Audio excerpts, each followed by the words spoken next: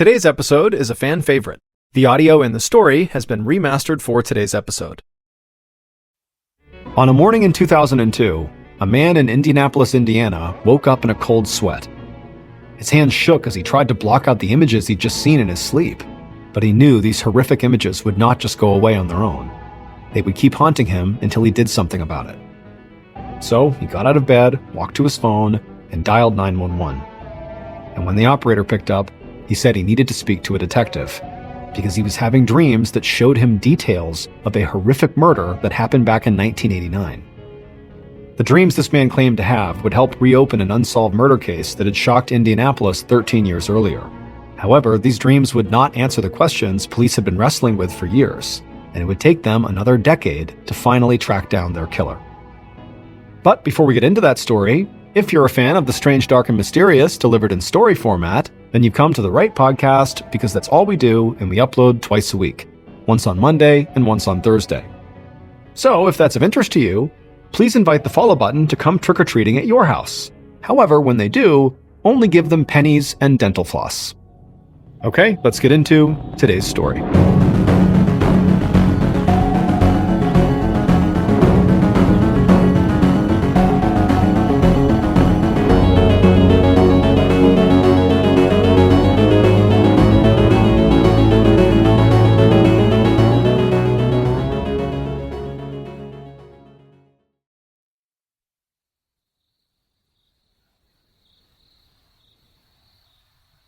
At 5:30 a.m. on November 13th, 1989, 16-year-old Amy Widener woke up coughing in her upstairs bedroom in Indianapolis, Indiana.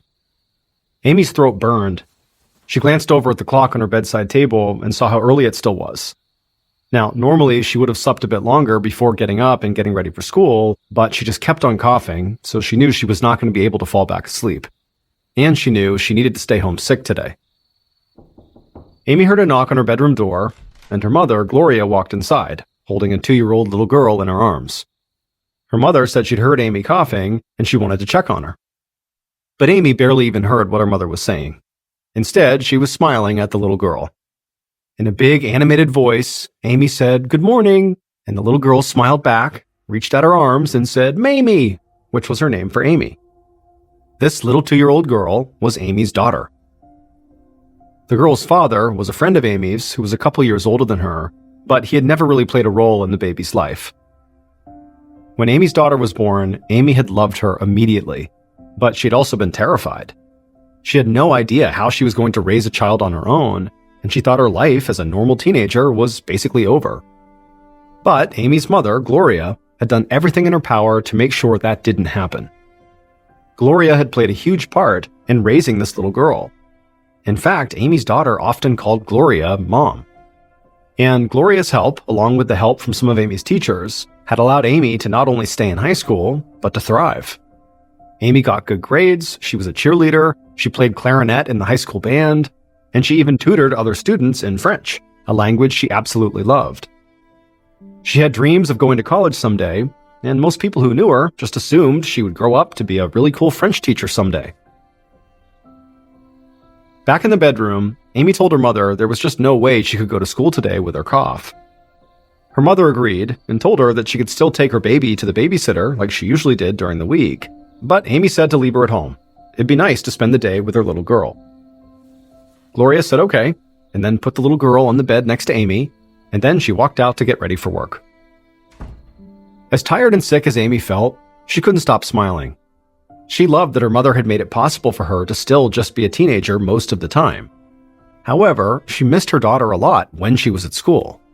And so a day like today, to be alone with her daughter was really special. While Amy sat and talked to her daughter on the bed, her older brother, JP, walked in. The siblings were only a year apart, and they were extremely close. They drove to school together every day and ran in the same circle of friends. And this close-knit group of high schoolers spent almost all of their free time together. JP told his sister to get well and said he'd see her when he got home from school. The house remained loud and full of energy for the next couple of hours while Amy's mom got ready for work and her brother and 2 younger sisters got ready for school. But eventually, everybody cleared out and the house became quiet. Amy continued to sit on her bed and just play with her daughter. In a house with 4 school-age kids and a baby, silence was very rare, so this morning felt extra special. However, that feeling quickly disappeared when Amy heard a door open downstairs. She figured one of her younger sisters must have just forgotten their backpack or something. So Amy cleared her throat and coughed a little, and then called out to see who would come home.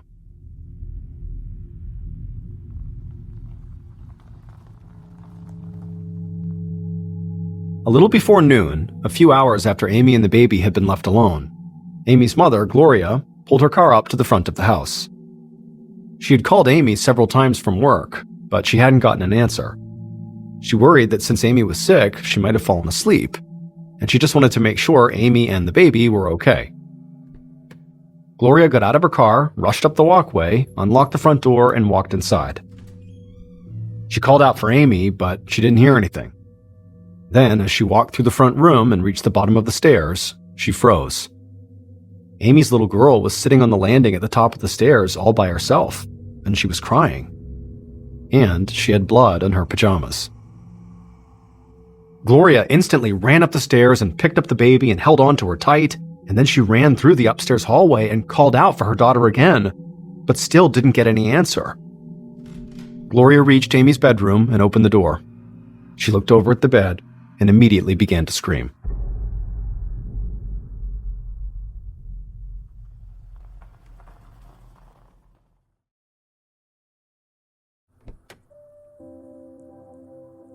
That afternoon, not long after Gloria had gotten home, Detective Norman Matthews of the Indianapolis Police Department parked in front of Amy's house and stepped outside. Police had already taped off the property, and Detective Matthews saw forensics officers scouring the front yard for evidence. Matthews also saw a woman standing with several uniformed police officers.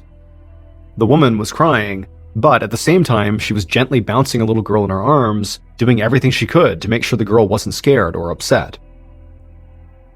Matthews put on gloves, ducked under the crime scene tape, and walked into the house through the front door. More forensics officers were busy searching both floors of the house, and one of them pointed Matthews upstairs. Matthews walked up the steps, went down the hall, and into Amy's bedroom. A camera flashed as a forensic photographer took pictures of the scene in the bedroom, while Matthews just stood there inside the doorway, staring at the bed. There, he saw Amy Widener's lifeless body. Her face and her red hair were bloody, she was naked, and there was blood all over the sheets and on the wall above her. Matthews stepped closer to the body, and he could see cuts and a deep gash on Amy's forehead, and there was bruising on her throat, arms, and legs. The attack on this young woman looked vicious and uncontrolled, which was horrific enough in and of itself. But when Detective Matthews had gotten the call to come to this house, he'd been informed that this attack had taken place while the victim's 2-year-old daughter was present, and that information made this crime scene much, much worse. Detective Matthews met with the forensics officer who was working in the bedroom. The officer told him that amidst the blood on the wall, they had found what looked like a pretty clear palm print. The officer said the forensics team would carve out that section of the wall to make sure the print was preserved in its entirety, in hopes they could eventually find a match in their databases. For reference, in 1989, DNA testing was still very much in its early stages, and so it was not being used as an investigative tool by the Indianapolis Police Department. Matthews stepped out of Amy's bedroom and, along with several other police officers, started a full search of the house. The front door had apparently been locked when Gloria had come home to check on Amy and the baby, and there was no sign of forced entry. But Matthews and his team found that the sliding glass door on the back patio was unlocked. He also found that Amy's brother's bedroom looked like it had been ransacked. The dresser drawers were open, and it appeared that some pieces of stereo equipment had been pulled out of the wall and stolen. And so on the surface, this murder now looked like it could have been the result of a burglary gone wrong. Maybe someone had shown up to rob the place and heard Amy or the baby upstairs, and then just attacked and killed Amy like a target of opportunity. But as Matthews and his team combed through the rest of the house, something hit him. No other rooms looked like Amy's brother's room. There were no signs of robbery anywhere else. If this was a robbery gone wrong, Matthews figured that whoever did it must have been familiar with the house. They must have known exactly where that stereo equipment was and had come there specifically to get it. Matthews knew he did have a witness that might be able to identify the intruder, especially if the intruder was someone who had been to the house before. But there was a big problem with this, because that witness was just 2 years old. After Matthews and his team had completed their initial search of the house, he met with Amy's mother, Gloria, outside. Gloria was able to confirm that stereo equipment was missing from her son's room. She also said JP usually kept about $50 in cash in a dresser drawer, but that was gone too. Matthews told Gloria that this information was extremely helpful, but there was something more important that he needed from her. He needed her permission for police to question her granddaughter. The idea of putting her granddaughter through any more stress after what that little girl had been through that day made Gloria feel very uneasy. But her daughter had just been brutally murdered, and so she needed the killer to be found and brought to justice. So she agreed to Matthew's request. Gloria and Amy's 2-year-old daughter took a seat on the front porch, along with Detective Matthews and a police officer who specialized in working with young kids. And that officer introduced herself to Amy's little girl and then handed her some finger puppets. And then she asked the little girl to use these finger puppets to tell everybody what had happened that morning. And then that officer and the others watched and listened as the little girl used the finger puppets to act out a scene. She made it look like 2 of the puppets were fighting for a little while, and then she said later on, Mamie was laying on the bed.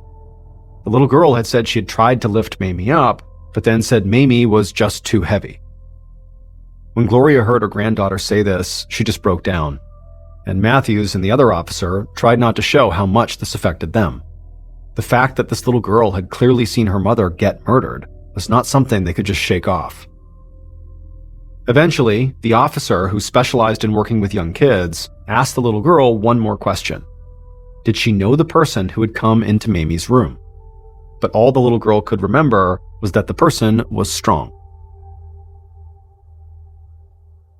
Detective Matthews told the little girl what a great job she'd done, and then he asked Gloria if he could speak to her alone for a minute. Gloria told her granddaughter to stay with the police officer and she'd be right back. Then she followed Matthews off the porch. Matthews told her that the fact her son's room was the only room that had been robbed led him to believe that the killer was very likely another young person who her kids knew. And very likely they knew in advance that the stereo equipment and the $50 would be in JP's room. So Matthews asked Gloria to come up with a list of names of people who were closest to Amy and JP. Gloria said that Amy and her brother JP hung out with a small group of friends, but she said there was someone outside that group that Matthews should definitely talk to before anybody else. The father of Amy's child, a young man named Tony Abercrombie. And sure enough, the day after the murder, Detective Matthews brought Tony into the station for an interview. Tony was 18 years old, tall with long wavy brown hair, and he wore jeans and a t-shirt. He looked to Matthews like almost every other teenager in the area. The night before, Matthews had seen Tony giving an impromptu interview about Amy's murder on a local news show, and Matthews didn't really know what to think about that. The reporter had most likely shown up at Tony's house unannounced, and it could be difficult for a young man like Tony to tell a reporter to leave him alone, but there was also the possibility that Tony craved the attention.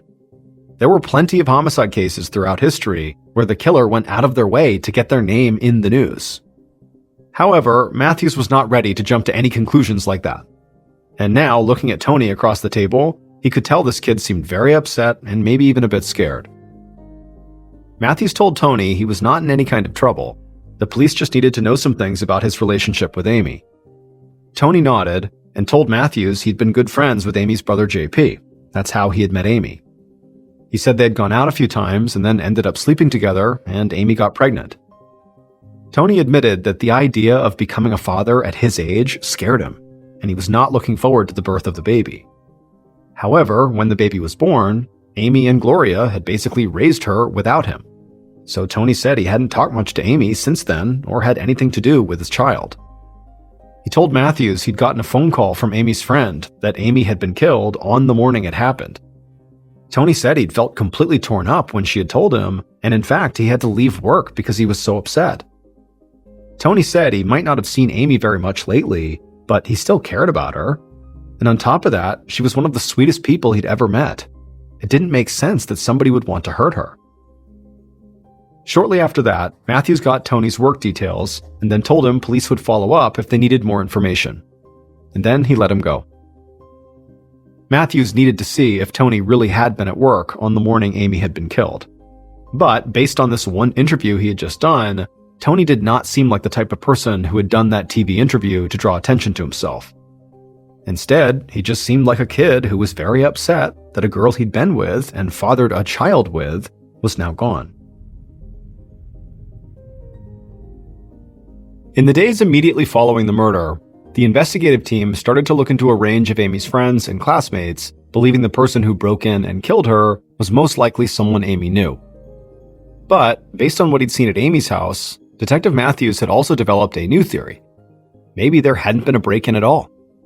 Maybe Amy's brother JP had killed her and then ransacked his own room to try to throw off the police. So, Detective Matthews met with JP multiple times.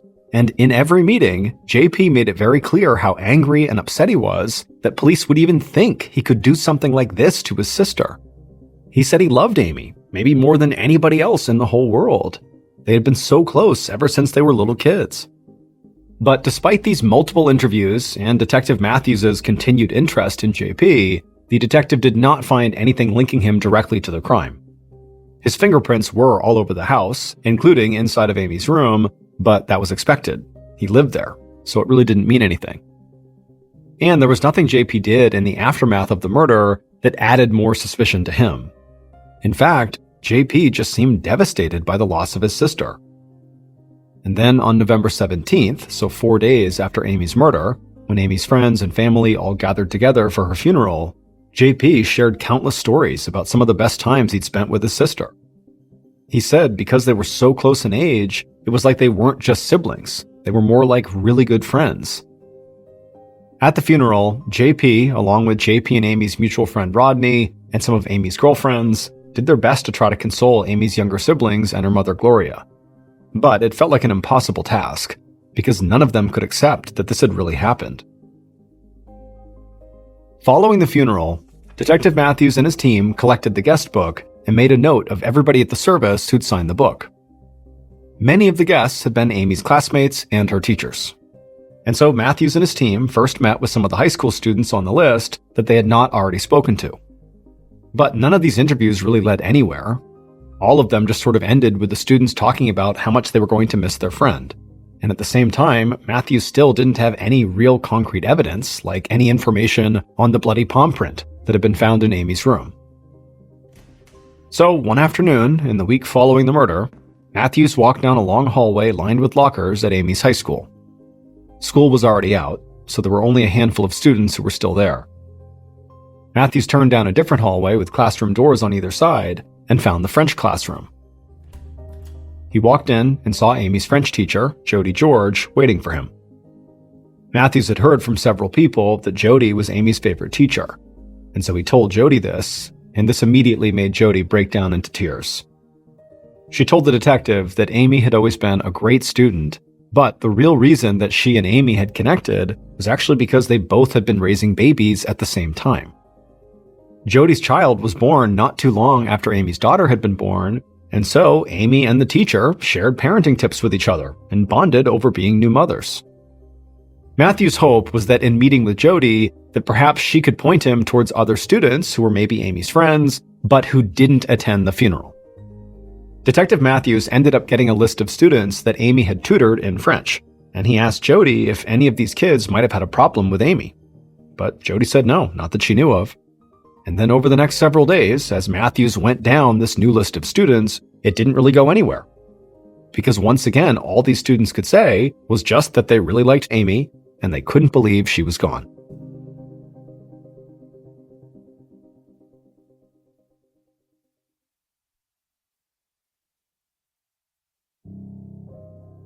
By the end of November, about 2 weeks after the murder, Matthews felt like he had spoken to every high school kid in town, and he still wasn't any closer to finding Amy's killer. Tony Abercrombie, the father of Amy's daughter, looked like he had a solid alibi, as did her brother JP, who was seen in class by multiple people at the time his sister was killed. And when Matthews finally got the results on that bloody palm print that had been on the wall in Amy's room, it didn't match Tony or JP's prints. It also did not match any of Amy's friends that police had interviewed, or any prints in any criminal database. So Matthews felt like he basically had nothing, and now he wondered if he'd just been plain wrong the whole time. Maybe Amy didn't know her killer, and it was just some random stranger that had broken into the house and killed her. And if that was the case, it meant the suspect pool could basically include almost anyone. Matthews and his team continued to follow any potential leads, and they returned to the crime scene to see if there was anything they might have missed. But as 1990 began and several more months passed, it became clear the police had no real suspects. Amy's family still got together with Amy's friends and that French teacher Jody to share stories and keep Amy's memory alive, but most of them came to believe that her murder would never be solved. And as even more time went by with no new leads, some members of the investigative team started to feel the same way. And eventually, Detective Matthews and the rest of the investigative team had to focus on new cases. And so Amy's murder case went cold, and it would stay that way for a long, long time.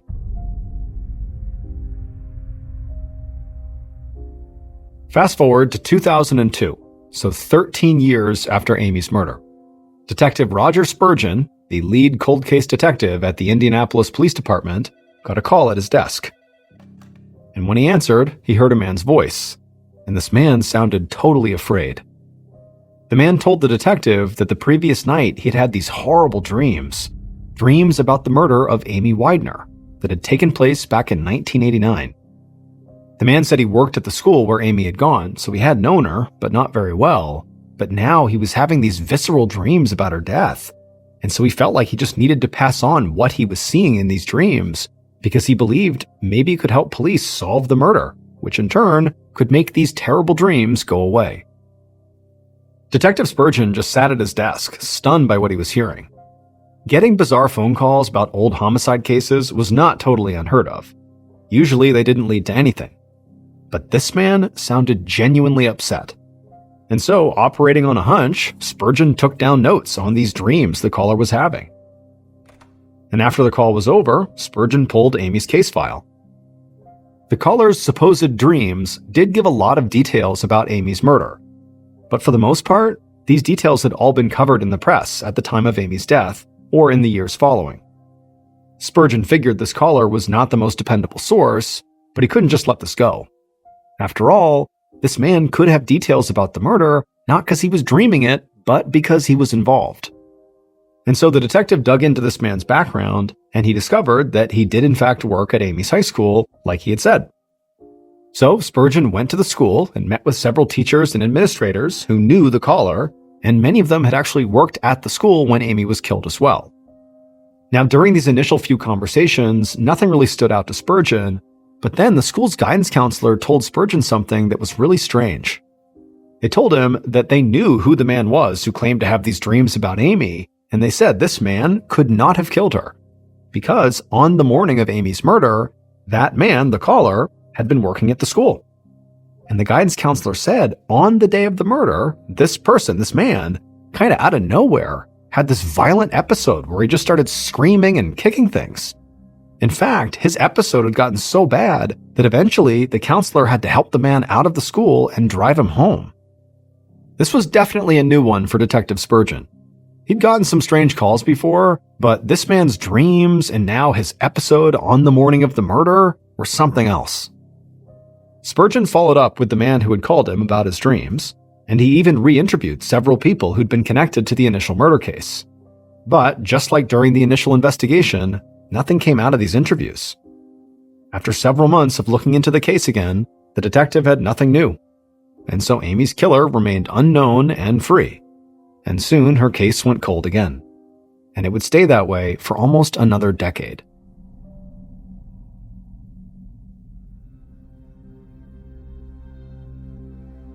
On a morning in 2011, so 22 years after Amy's murder, Sergeant Bill Carter, a nuisance and abatement officer with the Indianapolis Police, sat in a small office scrolling through Facebook.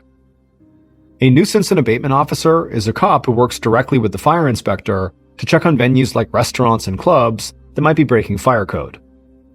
And so Sergeant Carter spent a lot of his time looking at Facebook to see if any events or big parties were being talked about that would potentially violate fire code laws. Just then, Carter heard a knock on his door. He said to come on in, and he looked up to see a homicide detective standing there. This was definitely weird, because Carter had very little interaction with the homicide department. The homicide detective said he was heading up cold cases now, and recently he'd found a Facebook page dedicated to the victim of one of the coldest cases they had, the Amy Widener murder from 1989. Carter said he knew about the case. It had been in the news off and on over the years since it happened, and he'd also grown up in the same part of town as Amy. But none of this explained why a homicide detective would be coming to see him about this case. The homicide detective said he wanted to print off everything from this Facebook page dedicated to Amy to add it to the case files, and to cross-check some of the people on the page with people mentioned in the original investigation.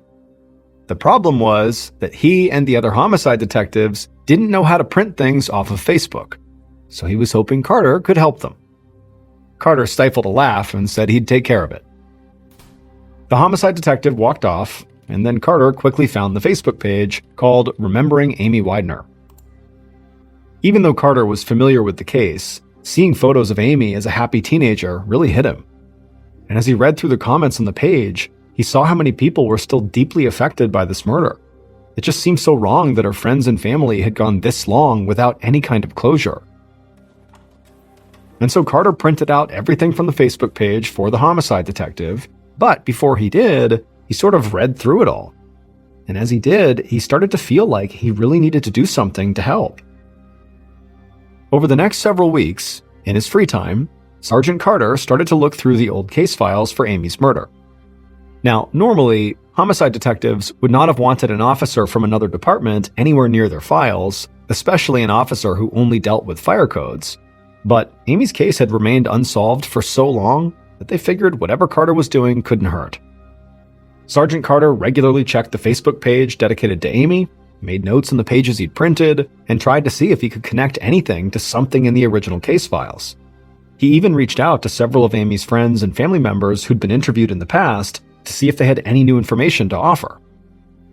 For months, Carter's efforts weren't much different from the detectives who'd worked the case in the past. No new leads, no new evidence.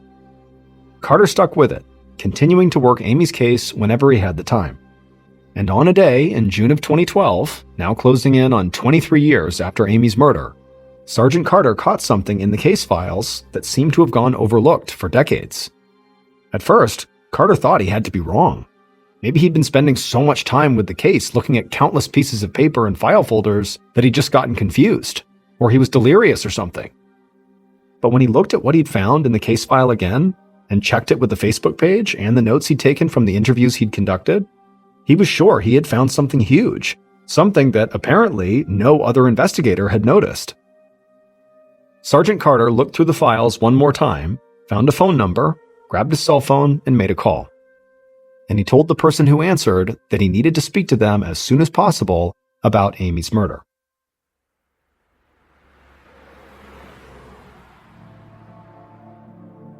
On June 27th, Carter headed over to this person's house to meet them. But when he got there, the person was gone and nobody seemed to know where they went. Soon, Carter found this person had emptied all their bank accounts, quit their job, and just disappeared without a word to anybody. Sergeant Carter couldn't believe it. For the first time in over 20 years, Indianapolis police thought they might be getting closer to solving Amy's murder. But now the person they needed to talk to had fled. And for all Carter knew, this fugitive could be halfway around the world already. A little over a week later, in early July, Carter was at the station with other officers from several departments. A team of Indianapolis police had been working with different agencies to try to track down the fugitive that they believed might be connected to Amy's murder. And now they were waiting to hear something, anything, that might help with their investigation.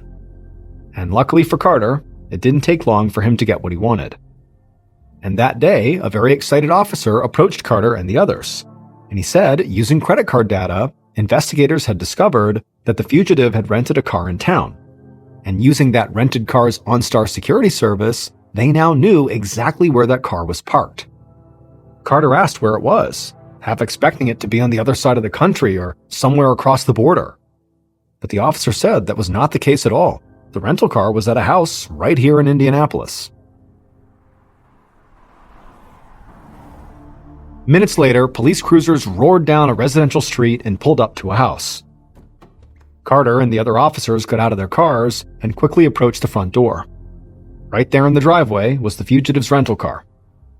As Carter prepared to knock on the door, several other officers around them put their hands on their holsters, ready to draw their weapons. They didn't know if the fugitive was even inside, but they had to be prepared for anything. Once they were ready, Carter knocked on the door. Moments later, a man answered. Carter told the man who they were looking for, and as soon as he did, suddenly there was a scream coming from inside the house. Carter and several other officers bolted inside, and they found the fugitive standing there in the kitchen. And there was blood running down from the slash on their wrist, and they were holding a knife to their own throat, threatening to kill themselves if the cops came any closer. Carter and the other officers took a breath and tried to keep everybody calm. Several officers talked to the fugitive, urging them to put the knife down and to get medical help. And slowly, the tension in the room eased a bit, and the fugitive did drop the knife. At that point, officers rushed the fugitive, trying to stop the bleeding from their wrist, while making sure the fugitive couldn't hurt themselves, or any of the officers, or try to make a run for it. An ambulance soon arrived, and paramedics sped the fugitive to the hospital, with police following closely behind. And luckily, the fugitive got medical help just in time. And later that day, after Carter and other investigators got to meet with the fugitive in the hospital, they finally figured out, after more than 20 years, who had killed Amy Widener.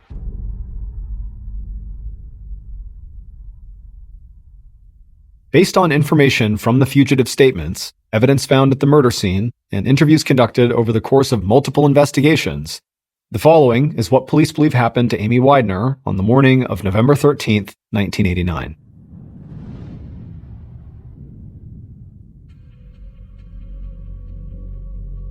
On that day, just after 7:30 a.m., the killer walked through the first floor of Amy's house.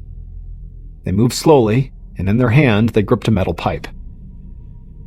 The killer stopped at the bottom of the stairs and listened. They thought they heard someone coughing and maybe some laughter coming from the second floor. The killer walked up the stairs as slowly and quietly as they could, and then crept down a hallway towards Amy's bedroom where they heard the noises. Once they reached the door, they threw it open and they saw Amy sitting up in bed with her little girl. Amy screamed and put her baby down on the floor, then she climbed out of bed and leapt at the killer. Amy threw her fists at the killer and fought back as hard as she could as the little girl ran out of the bedroom.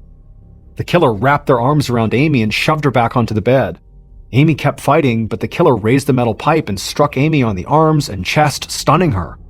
Then the killer took off Amy's clothes and sexually assaulted her. But through it all, Amy continued to fight back, constantly slashing at the killer until the killer was bloodied. But at some point, the killer managed to steady themselves against the wall. They raised their metal pipe again, and they slammed it directly into Amy's forehead. At that point, Amy stopped moving. The strike in her head had killed her. But the killer wanted to be sure she really was dead. So after that, they wrapped their hands around Amy's throat, and they strangled her until they knew she had stopped breathing. Then the killer got up and ran out of the room and down the hall, right past Amy's young daughter. Once the killer was back downstairs, they went into JP's room, threw open the dresser drawers, and grabbed the $50 out of one of them. After pocketing the money, they picked up some stereo equipment and then ran out of the house through the sliding door that led onto the back porch. As the killer ran away, they just hoped nobody had seen them and that maybe they would get away with the horrific act they had just committed against their best friend's sister.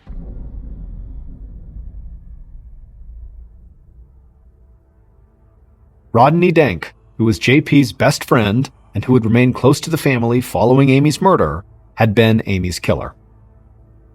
It turned out he was able to get away with his crime for over 20 years simply because of an oversight.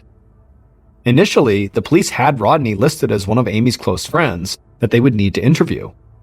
But for some reason, nobody ever spoke to him. Rodney did not get questioned in the initial investigation or in the secondary investigation when that man had called in to tell police about his dreams. This oversight was what Sergeant Carter, the nuisance and abatement officer, noticed when he started digging into Amy's case in his spare time. He saw Rodney's name listed in the guest book from Amy's funeral, and then he found Rodney mentioned in other notes from the investigation. But he didn't see any record of Rodney ever being interviewed. So Carter tracked Rodney down and set up a meeting with him. At the time, Carter did not have any idea if Rodney had a connection to the murder or if he could even offer any information. He just wanted to speak to Rodney because nobody ever had. But when Carter went to meet Rodney and realized he had fled, that immediately made Rodney the first major suspect the police had in the case in 2 decades. After police finally caught up to Rodney, they discovered that his palm print matched the bloody print found in Amy's room. And while Rodney was recovering in the hospital, he would confess to what he did to Amy. However, in his confession, he did not make it clear if he had gone to the house with that intent, or if he had simply gone there to rob his best friend JP, and then she had been a target of opportunity. It was also never clear if the man who had called the police in 2002 really experienced those dreams that supposedly showed Amy's murder. And police also don't know what caused that man's violent episode on the day Amy died. However, they do know that that particular man who called in about his dreams had absolutely no involvement in Amy's death. Ultimately, Rodney Dank was sentenced to 65 years in prison. Sergeant Carter was named Investigator of the Year by the Indianapolis Police Department based on his work on this case. As for Amy's daughter, she was raised by Amy's mother, Gloria. And when she reached high school, she actually had Jody George, Amy's favorite teacher, for French. And when she graduated, Jody would tell her, "I just remember so many things about your mother and how your mother felt about you. And I know your mother would be so proud of you right now."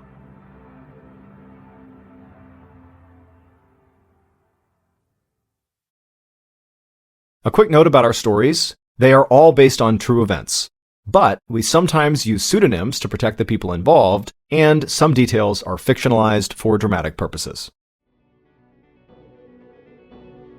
The Mr. Ballen podcast, Strange, Dark, and Mysterious Stories, is hosted and executive produced by me, Mr. Ballen. Our head of writing is Evan Allen, produced by Jeremy Bone and Cole Lacasio. This episode was written by Kate Murdoch. Research and fact-checking by Shelley Shue, Samantha Van Hoos, Evan Beamer, Abigail Shumway, Camille Callahan, Alex Paul, Ben Fasciano. Research and fact-checking supervision by Stephen Ear. Audio editing and post-produced by Whit Lacasio and Jordan Stidham. Production support by Antonio Manata and Delana Corley.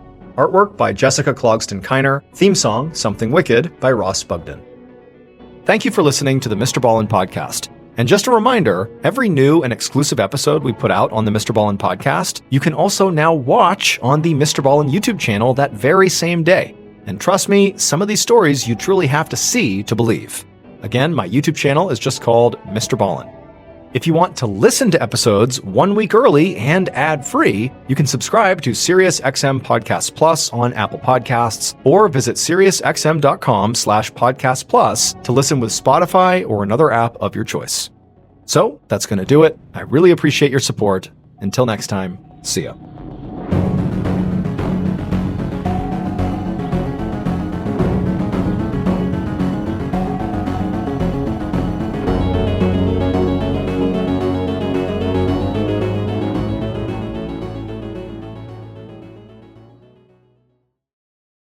Hello, fans of the Strange, Dark, and Mysterious. Mr. Ballen here. By now, you may already know about my other podcast called Mr. Ballen's Medical Mysteries, where I tell, you guessed it, medical mysteries. Well, today on this podcast, I'm going to share with you one of my favorite episodes from my medical mystery show. It's called The Curse of Veneto, and it's got one heck of an ending. It's about a family in Italy that for centuries is hit with one tragedy after another. Now, local legend suggests that this family was cursed, which seemed like sort of a catch-all way of saying the family was just very unlucky. However, by the end of this nightmarish episode, you might actually believe that this family really was cursed. If you enjoy today's special medical mystery episode, well, you're in luck because you can go binge dozens and dozens more medical mysteries right now for free. Just look up Mr. Ballen's Medical Mysteries wherever you get your podcasts and boom, you're in. Also, if you want, you can listen to Mr. Ballen's Medical Mysteries early and ad-free on Amazon Music or by joining Wondery Plus in the Wondery app or on Apple Podcasts. Okay, enjoy the story.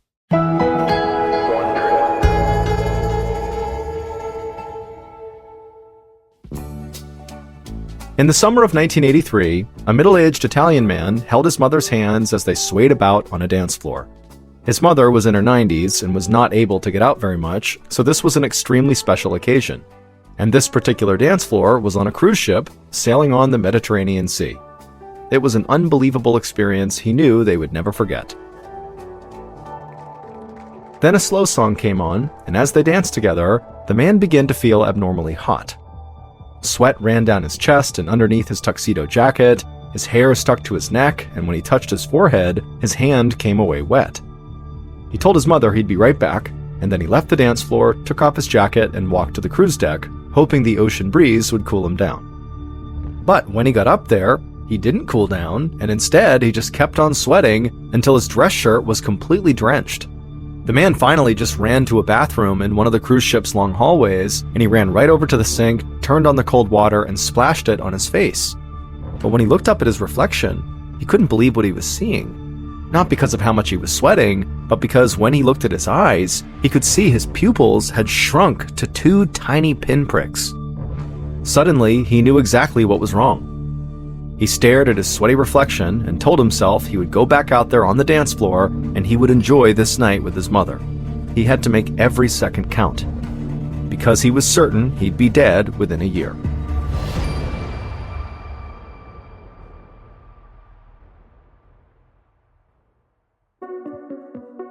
From Ballen Studios and Wondery, I'm Mr. Ballen, and this is Mr. Ballen's Medical Mysteries, where every week we will explore a new baffling mystery originating from the one place we all can't escape, our own bodies. If you like today's story, please take the follow button on a 70-hour cross-country road trip and insist on only listening to Christmas music the entire time.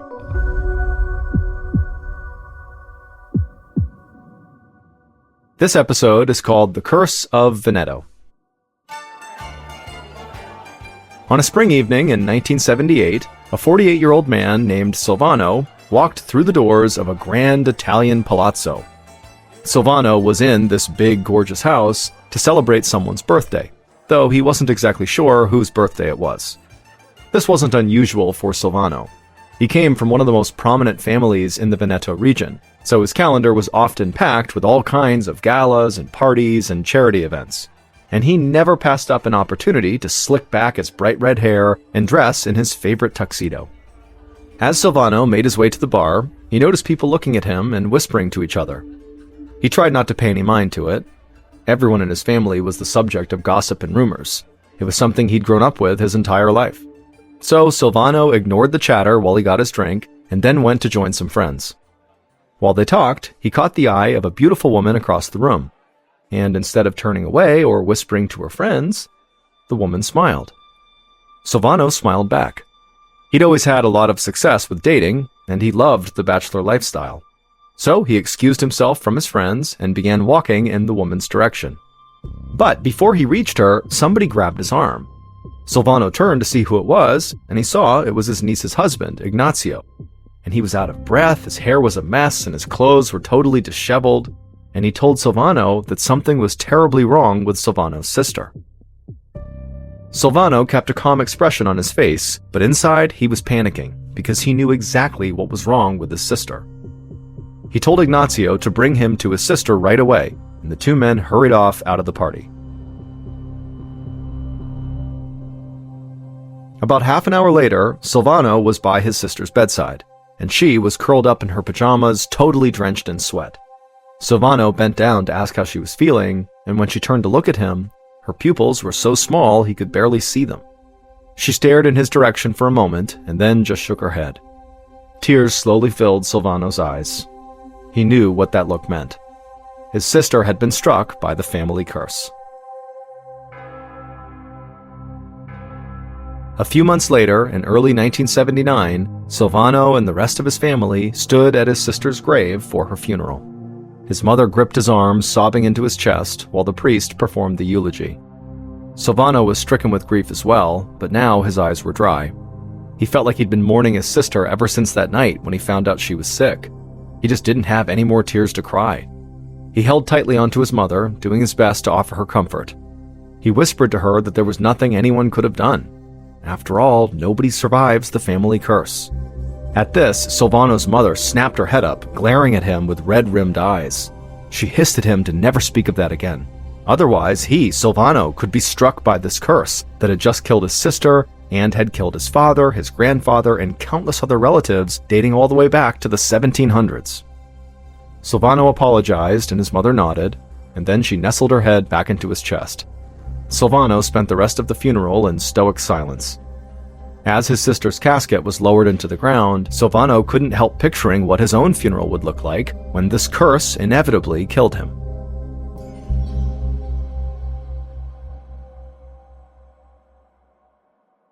After his sister died, Silvano threw himself completely into his work. He managed a very successful construction company and spent all his time organizing projects and visiting job sites. One of his remaining living sisters, who lived with Silvano, had to constantly remind him to eat and drink, and then whenever he had a social event, she had to remind him to attend it. For the next few years, that was what Silvano's life was like. Basically work 24/7. But by 1983, 4 years after his sister had died, Silvano was completely exhausted. He knew he needed a break. So that summer, he decided to surprise his mother with a cruise on the Mediterranean Sea. And it would turn out it would be just what he needed. The warm air was invigorating, and every evening there was a new party for Silvano to attend. But on the last night of the cruise, disaster struck. Silvano was dancing with his mother when he suddenly felt overheated. He could feel his skin sticking to the shirt underneath his tuxedo jacket. His mother pulled away from him and asked if he was okay, and Silvano nodded and said he was fine, he just needed to go cool off for a minute. Silvano's pulse raced as he ran to the bathroom. He knew this was not just a simple case of overexerting himself, and when he looked into the mirror, his pinprick-sized pupils confirmed his worst fear. The family curse had indeed come for him too, and he was all too familiar with what happened next. First, he would stop being able to sleep, his mind would begin to deteriorate, and he'd lose his grip on reality, and then shortly after that, he'd be dead. And there was nothing anyone could do about it.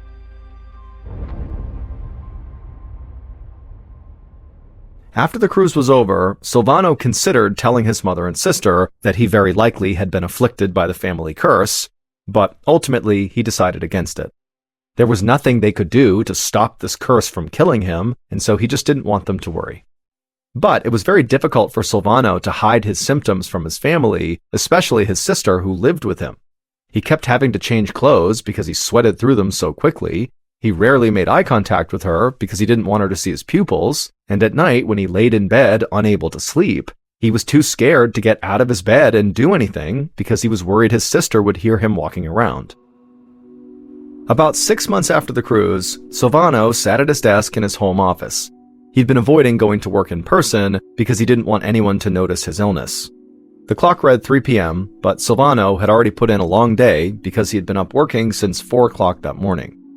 Even though he'd been working for 11 hours straight, Silvano did not feel tired. He just felt hot. He grabbed a piece of paper off his desk and used it to fan himself. Silvano knew the curse was only going to get worse, but there really wasn't anything he could do to stop it. So he figured, why worry about it? He didn't even call a doctor. He'd rather keep trying to live his life than cry over something he couldn't change. Just then, Silvano's sister rounded the corner into his office. He immediately dropped the paper, hoping she had not noticed him fanning himself, and she asked if he was going to take a break to eat, but he told her he was just too busy. She stood there staring at him. He could tell she didn't believe him. Finally, she sighed and left the room. For a second, Silvano thought about getting up and following her down the hall and letting her in on his declining health, but before he could, his phone rang, so he answered it. It was his niece's husband, Ignazio. He asked Silvano if he'd come over for dinner that evening. Silvano didn't have any other plans, so he said sure. Silvano hung up the phone and pushed the stack of papers aside and then stood up. He'd already sweat through all of his clothes, so he'd need to shower and change. He quietly opened his office door and tiptoed to his bedroom, being extra careful not to make any noise, in fear that his sister might come find him and see his drenched clothing. Silvano hated having to sneak through the house, but he didn't know what else to do. He promised himself that he would tell his sister what was going on as soon as he could find the right words. That evening, Silvano arrived at Ignazio and his niece Elisabeta's house with his red hair neatly brushed and a pocket square tucked into his suit. Silvano shook Ignazio's hand and gave Elisabeta a hug. He kept a smile on his face, but as he did, he worried they would see how sweaty he already was. As they led him down the hallway to the kitchen, Silvano caught a glimpse of himself in the mirror, and he looked terrible. He'd done everything he could to clean up, but there was just no hiding the sweat on his brow, or the dark circles under his eyes, or his tiny, tiny pupils. Silvano looked away from his reflection and took a seat at the table. Ignazio filled 3 glasses with red wine, and Elisabetta brought a large dinner salad to the table. Silvano had barely taken 1 bite before Ignazio made him wish he had not come over at all. Ignazio asked Silvano how he'd been sleeping. Silvano knew exactly what that meant. Either he had not hidden his symptoms well enough, or maybe his sister, who lived with him, maybe she noticed the curse was creeping up on him and told the family. Silvano sipped his wine and admitted he had not been sleeping much, but it was okay. He was using the extra time to get more work done. The only thing that bothered him was that his sex drive had disappeared. He said that to be funny, but Ignazio and Elisabetta did not laugh. Ignazio's expression was grave. He said he'd gotten access to the local parish records, which contained information about the family going back to the 18th century. He discovered that throughout the generations, Silvano's ancestors had frequently died young, and the records said they died from all kinds of strange disorders and diseases. Things like epilepsy, fever, meningitis, dementia, various brain diseases, and schizophrenia. As for the death of Silvano's sister, that had been attributed to familial encephalitis, which is a type of brain disease. But Ignazio said he didn't think any of those things were actually the thing that killed them. He was certain they had all died from the family curse. But of course, family curse would not be an acceptable cause of death. Even in the 1700s, they would not put that down as the thing that killed someone. Ignazio believed the real disease that was wiping out members of this family was some kind of rare genetic condition originating in the brain, one that nobody had ever been able to identify. He begged Silvano to please seek help from a neurologist before it was too late. Silvano leaned back and crossed his arms. He felt betrayed, like this dinner had been a setup just to ambush him. He told Ignazio he didn't want help. He'd seen his sisters poked and prodded by doctors before invariably they still just passed away.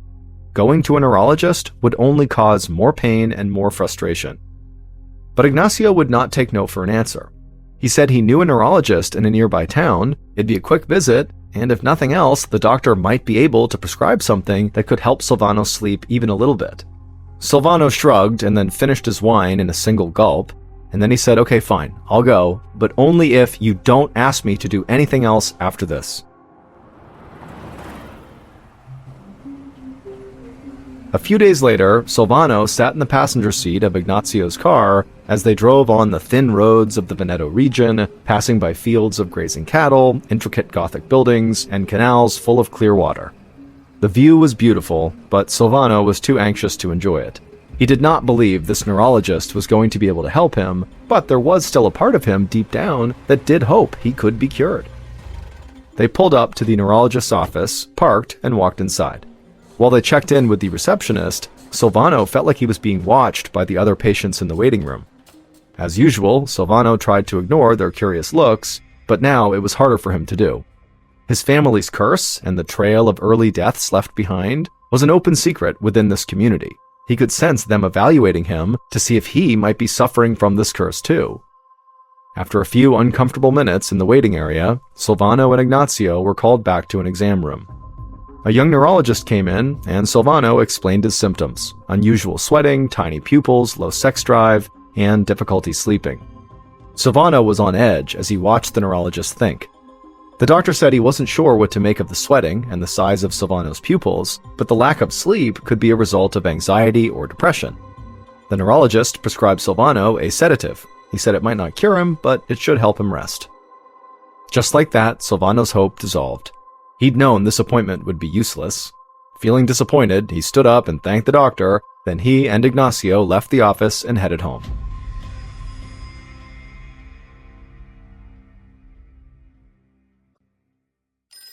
The next evening, Ignazio was in his bed with his wife when his phone rang. He pushed the covers back and walked to the receiver, and when he picked it up, he heard Silvano's sister's frantic voice on the other end. She told Ignazio to come over quickly, then the line went dead. Ignazio figured this must have something to do with Silvano and the family curse, so he rushed to his car and sped over to his uncle-in-law's house. When he got there, he flung open the door and raced inside. Silvano's sister was right inside the house in the entryway, and her eyes were wide as she watched her brother, Silvano, who was right across from her at the base of the stairs. Silvano wore black silk pajamas that were totally drenched in sweat, and he was hunched over slightly, moving his arms like he was trying to pick up objects and move them, except his hands were empty. It was like he wasn't even aware of what he was doing or aware of anyone else in the room. Silvano's sister whispered to Ignazio that she'd heard a commotion in Silvano's room, and when she went to investigate, she saw Silvano sitting up in bed doing this weird military-style salute, and then without a word, he'd just gotten up, walked right past her, and marched down the stairs. And so Silvano's sister had no idea what was happening or what to do. Ignazio reassured her that probably Silvano was just sleepwalking and so was not in any sort of danger. Then Ignazio walked over to his uncle-in-law and he kind of shook his shoulder, at which point Silvano woke up, acted very confused, and then said he'd been dreaming about packing a suitcase. Ignazio glanced from Silvano to Silvano's sister, and then he told both of them that, it seems like the sedative Silvano is taking is probably leading to sleepwalking. And so because sleepwalking can be quite hazardous, it's probably best that Silvano stop taking the sedative. Ignazio was naturally very worried about Silvano. Even though the first neurologist really had not worked out at all, Ignazio felt even more determined to find someone who could maybe help Silvano get better. But while Ignazio looked for another doctor, Silvano's symptoms just got worse and worse. He had not been sleeping well for months, and the exhaustion was totally getting to him. In March of 1984, so about a month after the sleepwalking episode, Silvano tried to go into the office to work. He wore cool, comfortable clothing and acted like everything was perfectly normal. But when one of his employees asked him a very simple question, it was like Silvano's brain couldn't process it, and so he literally couldn't answer. And then later, when Silvano tried to just write his name on a document, his hands were so shaky that his signature looked totally wrong. And a few times he tried to speak to his colleagues, and the words came out slurred and totally incoherent. Silvano knew he could not continue to work like this. As much as he wanted to cling to his normal life, he knew his normal life was over. So he walked into his boss's office and quit his job. As he packed up his belongings, Silvano had to face the facts. He was dying. It was heartbreaking and infuriating to know that he would succumb to the same illness that had been killing his family for centuries. But Silvano had changed his mind about one thing. He knew he was going to die, but he didn't just want to wait for death. Instead, he wanted to do everything he could to try to learn about his illness, and so that maybe he could prevent other family members from getting this family curse. Silvano hated the idea of seeing another doctor, but now he needed one. He went home that afternoon and called Ignazio, and to Silvano's relief, Ignazio said he'd actually already found the perfect neurologist. The next morning, a renowned sleep expert named Dr. Elio Lugarezzi welcomed Ignazio and Silvano to the University of Bologna's Neurological Institute in the bustling city of Bologna, Italy. Dr. Lugarezzi greeted Ignazio and then went to shake Silvano's hand, but Silvano for a second just stood there staring blankly like he didn't understand what was going on, and then suddenly he kind of snapped out of it and reached out and shook the doctor's hand. After that, Dr. Lugarezzi led the men down a long decorated hallway into his office. The doctor sat at a large organized desk and motioned for Ignazio and Silvano to take the seats across from him. Then, once they were seated, he asked Silvano what was going on. In an eerily calm and quiet voice, Silvano said he was going to die, and he knew exactly how it was going to happen. Currently, he said he was having trouble sleeping, but he was still getting maybe 2 or 3 hours of rest every night. But eventually he knew he would stop sleeping altogether, and then he would develop hallucinations, and then eventually the exhaustion would kill him. Ignazio leaned forward and explained that Silvano's illness actually ran in his family.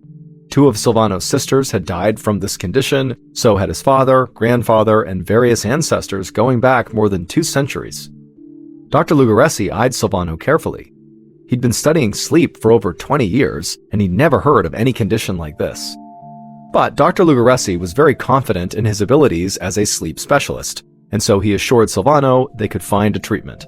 But Silvano just shook his head and said there really was no treatment. However, even though he knew he was doomed, he wanted to try to help his family as best as he could.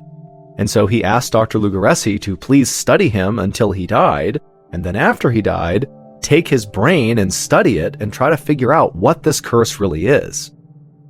Dr. Lugaressi stared at Silvano and then glanced over at Ignacio, who looked just as desperate as Silvano, and then the neurologist just nodded.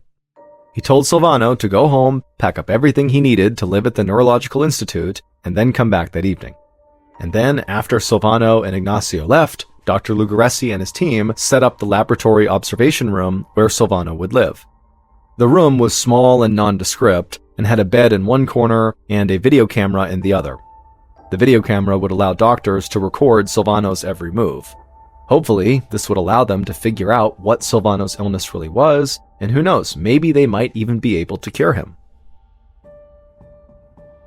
Silvano returned that evening wearing his black silk pajamas and carrying a suitcase that contained clothes and toiletries. As he stared at the building in front of him, he realized this was the place he was almost certainly going to die. Dr. Lugaressi met Silvano at the door and led him back to the observation room where he'd be staying. Silvano sat at the edge of the bed while a team of neurologists hooked him up to all kinds of monitors. A sensor around his arm measured his blood pressure, a thin band on his other arm kept track of his body temperature, a piece of plastic clamped onto his finger counted his pulse. Lastly, Dr. Lugaressi pulled out this sort of tight, stretchy hat and told Silvano to put it on. It looked kind of like a swim cap, except it was covered in small black circular sensors and cords. Silvano pulled it on, and 2 flaps of fabric hung down on either side of his face. As Dr. Lugaressi velcroed the fabric together beneath Silvano's chin, he explained that Silvano was wearing an electrode sensor cap. It was there to track and record electrical signals in Silvano's brain, which would hopefully give Dr. Lugaressi some insight into why he couldn't sleep.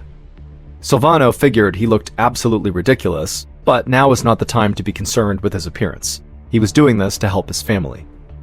Dr. Lugaressi told Silvano he would be constantly watching him and monitoring his vital signs. Then he turned and left, and Silvano was all alone in his new bedroom. Silvano laid down and closed his eyes. The oxygen monitor dug into his finger, and the electrode sensor cap pressed into the back of his head. He couldn't get comfortable, especially when he knew a camera was watching him. But it didn't really matter. Whether Silvano was here or at home, he didn't think he was going to get any sleep. So he laid on the bed and stared up at the tile ceiling. But the longer he looked, the fuzzier his vision got. And then the seemingly random patterns on the ceiling tiles started to morph and shift into shapes and faces. Silvano knew he was hallucinating, which came with the family curse, but he couldn't do anything about it, so he decided he would just enjoy the show. From outside the room, Dr. Lugaressi watched a screen that showed data from Silvano's monitors. On the screen, a series of lines spiked, dipped, and flattened out, depending on the electrical signals in Silvano's brain. Dr. Lugaressi watched the screen, getting more and more confused. The data from Silvano's brain did not look like anything he had ever seen before. People typically had one electrical pattern when they were awake, and another quite different pattern when they were sleeping. But Silvano's results didn't match either of them. He was in some kind of in-between state, not awake, but not asleep. Dr. Lugaressi watched through the window as Silvano moved his arms up and down over his head. It looked like he was going through the motions of combing his hair, except his hands were empty and his head was totally covered in wires. Whatever was going on, it was not typical sleepwalking. Silvano would eventually fall asleep, but only for an hour. When he woke up, Dr. Lugaressi checked his various monitors. Silvano's body temperature was abnormally high, his breathing was irregular, and his heart rate was erratic. Dr. Lugaressi glanced at his colleagues, and they looked just as confused as he felt. Dr. Lugaressi didn't know what any of these symptoms meant or how they might be related. He realized that solving this mystery might be a lot harder than he'd anticipated. One morning, about a month into his stay at the Neurological Institute, Silvano sat upright in bed, staring into space. Over the past few weeks, his mind had begun to deteriorate. He spent almost all of his time in that in-between state where he wasn't quite sleeping or quite awake. Without regular sleep, every day kind of bled into the next one, and so Silvano lost track of time. He would look around the hospital room to try to ground himself to figure out what was going on, but he couldn't get his eyes to focus. Sometimes Silvano was vaguely aware of Dr. Lugaressi asking him some questions, but the doctor's voice sounded garbled and far away. That morning, as he sat awake staring at nothing, Silvano actually started to feel tired. And just as he thought he was finally going to get a little bit of sleep, his head just jerked right back up. And then he felt tired, and so he started to drift off, but then again, his head snapped back up. It was like his body was actively rejecting sleep. Frustrated, Silvano pushed himself out of bed with his weak, shaky arms, and then he just began shuffling around the room with no idea where he was trying to go or what he was trying to do. It took all of his strength to put one foot in front of the other, but it was better than trying to sleep unsuccessfully. As Dr. Lugaresi watched Silvano pace around in his room, the doctor decided he had to do something to help. He went into the room and gently led Silvano back over to his bed, and then once he was sitting down, he injected him with a sedative. And as soon as he did, Silvano's pulse and blood pressure plummeted. He almost stopped breathing. Dr. Lugaresi's stomach dropped. The sedatives had sent Silvano into a coma. Panicked, he administered more medications to undo the effect of the sedative, and these medications did bring Silvano out of the coma and put him back into that kind of trance-like state he was in. Dr. Lugaresi didn't know what to do. Silvano had always told him that there was no cure for this family curse, but Dr. Lugaresi had really wanted to prove him wrong. But now, after a month of monitoring Silvano, the doctor still could not give him a proper diagnosis, let alone help him get better. Dr. Lugaresi was really starting to feel helpless. Another month later, Dr. Lugaresi sat next to Silvano's bedside. Silvano was practically comatose, a totally blank expression on his face, until out of nowhere, he wrapped his arms around his legs and started screaming as loud as he could. To Dr. Lugaresi, it was like all of Silvano's pent-up pain and frustration was now finally just coming out. The worst part was, this seemed to be the last bit of energy left in Silvano. Over the next few weeks, Dr. Lugaresi watched as Silvano became less and less aware of the world around him. He quit eating, he quit moving, and so Dr. Lugaresi knew Silvano was dying, and there was nothing he could do to stop it. Silvano passed away in the laboratory observation room. Just as he'd predicted, he died 9 months after that night on the cruise ship when he first noticed symptoms of the family curse developing. Dr. Lugaresi kept the promise he'd made to Silvano. Immediately after he died, a pathologist removed Silvano's brain, and it was shipped to a neurological specialist in America. And what that specialist discovered in Silvano's brain shocked Dr. Lugaresi. The thalamus is a small walnut-shaped structure located near the center of the brain. It helps us process sensory information and plays a vital role in consciousness and maintaining our regular sleeping and waking cycles. And Silvano's thalamus was full of holes. It literally looked like worms had just bored right through it. Large portions of his thalamus had just been totally destroyed. Dr. Lugaresi had never seen anything like this before. In fact, this was a new disease, and it would be named fatal familial insomnia. In 1986, Dr. Lugaresi published his findings, detailing Silvano's illness and introducing his family's curse to the scientific community. Based on further research with Silvano's relatives, Dr. Lugaresi eventually determined fatal familial insomnia is caused by malfunctioning proteins which attack the thalamus. As the thalamus is destroyed, the brain loses the ability to regulate the body and the mind. This leads to total insomnia, like literally they cannot sleep anymore, which eventually causes death. The chances of the average person developing fatal insomnia are about 1 in a million, but in Silvano's family, where the disease had been passed down genetically through generations, the chances were 1 in 2. In 1986, Silvano and his relatives were the only known people suffering from fatal familial insomnia in the world. In the years since, researchers have found about 50 other families with the same disorder. There are currently no effective treatments for fatal familial insomnia. It's a death sentence. But doctors do still continue to research the disease in hopes of someday finding a cure.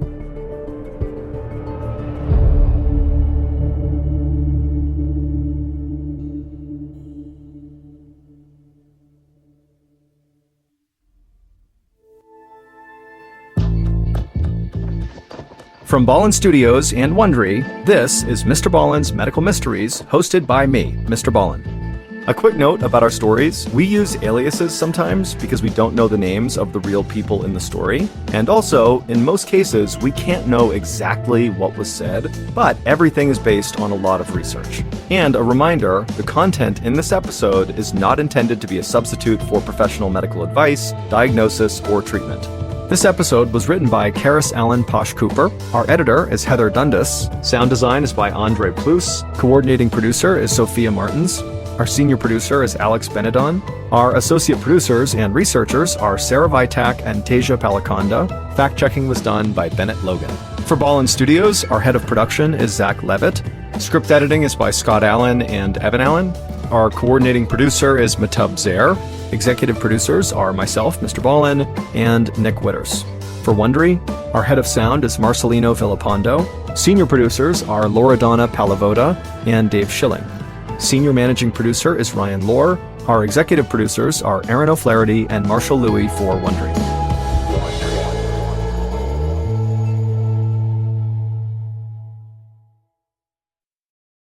Today's podcast will feature two medical mysteries that sound like they are straight out of a horror movie.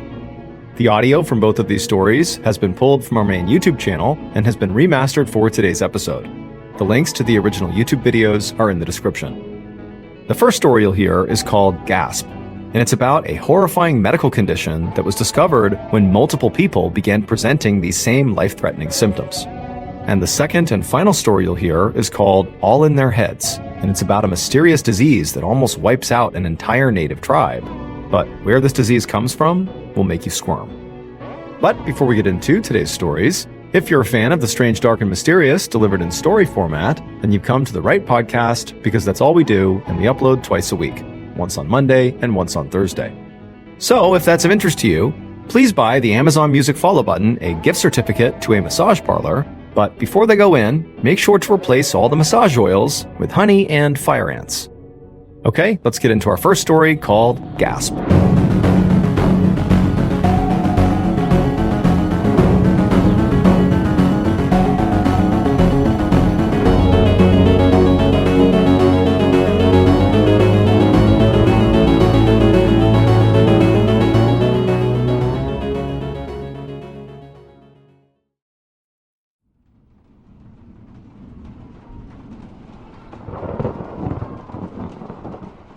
At 5:30 p.m. on November 21st, 2016, Jody Santoro, who was a 21-year-old mother in Melbourne, Australia, woke up to the sound of her 4-month-old son crying. Outside, there was this horrible thunderstorm going on. All this rain and hail were pelting the roof, and the wind was so strong that all the windows in the house were rattling. Jody reached over and grabbed her phone on the nightstand and checked the time, and she saw right away that she had overslept. However, it had been a really hot day that day, and she was so drained from the heat and also taking care of a 4-month-old that she wasn't really surprised she had overslept. But as the sound of her son's cries intensified, Jody knew, no matter how tired she was, she needed to get up and go tend to him. But the instant her legs swung off the bed and she actually tried to stand up, she knew something was wrong, and it had nothing to do with being tired. She had this incredible sense of dizziness come over her, and then her chest suddenly tightened up to the point where she could barely even breathe in. She found herself grabbing the bed just to steady herself. However, as alarming as this was, Jody didn't panic. She knew this feeling. She had been dealing with asthma for years, and she knew this was the start of an asthma attack. And so Jody reached over for her inhaler on the nightstand. She picked it up, brought it to her lips, pressed it down, and then took in a measured breath of the medication, expecting to pretty much immediately feel relief. But she didn't. The inhaler wasn't working. Jody again pressed down the inhaler harder this time and took a bigger breath in, hoping that a bit more medication might do the trick, but again, it just was not working. And so now with panic rising inside of her, as she's, still struggling to breathe, her son is still freaking out and she can't tend to him, and all she was thinking is, I have to get my nebulizer, which is basically a more robust version of an inhaler. It provides more medication more quickly into your body. However, the nebulizer, which was just over in her closet, required some setup. And she knew she felt so frantic right now and she was shaking so much that she didn't think she'd be able to set it up or even set it up in time before she passed out. Just then, her fiancé walked into the bedroom, drawn there by the sound of their son crying. But the second he walked in, his attention was not on their son, it was instead on Jody, who by now was clutching the bed and kind of hobbled over and very clearly having some sort of medical emergency. Jody turned to him and began to say, "I can't breathe." But her fiancé already knew she had asthma. He knew what these attacks looked like. And so without even needing to be told, he rushed to the closet, set up her nebulizer, and then put the mask right over her face. And as soon as it was, Jody took in the biggest inhale she possibly could, really believing this was going to stop the asthma attack. But just like the inhaler, the nebulizer didn't work. It felt like with every breath she was taking, her lungs were shrinking, not expanding. And so Jody turned to her fiancé and croaked out, "Call an ambulance," her voice barely audible. And so her fiancé, who also was now beginning to panic, grabbed the phone, and as he was talking to the dispatcher, trying to relay all the details of what was happening, outside this thunderstorm was only getting worse and worse. The hail and the rain were battering the sides of the house, and all the windows were shaking. I mean, it was absolute bedlam inside of this house. The next few minutes were torture for Jody. She laid on the bed waiting for paramedics. Her breaths at this point were so small, so shallow, like she knew she was about to pass out any second. And then finally the paramedics rushed inside. She knew there were 2 people in the room, but it was so chaotic. And all she could say when they showed up in the room was, "I'm going to die. I'm going to die." The paramedics lifted her off the bed, they put her on the gurney, and as they wheeled her out the door towards the ambulance, her world went totally black.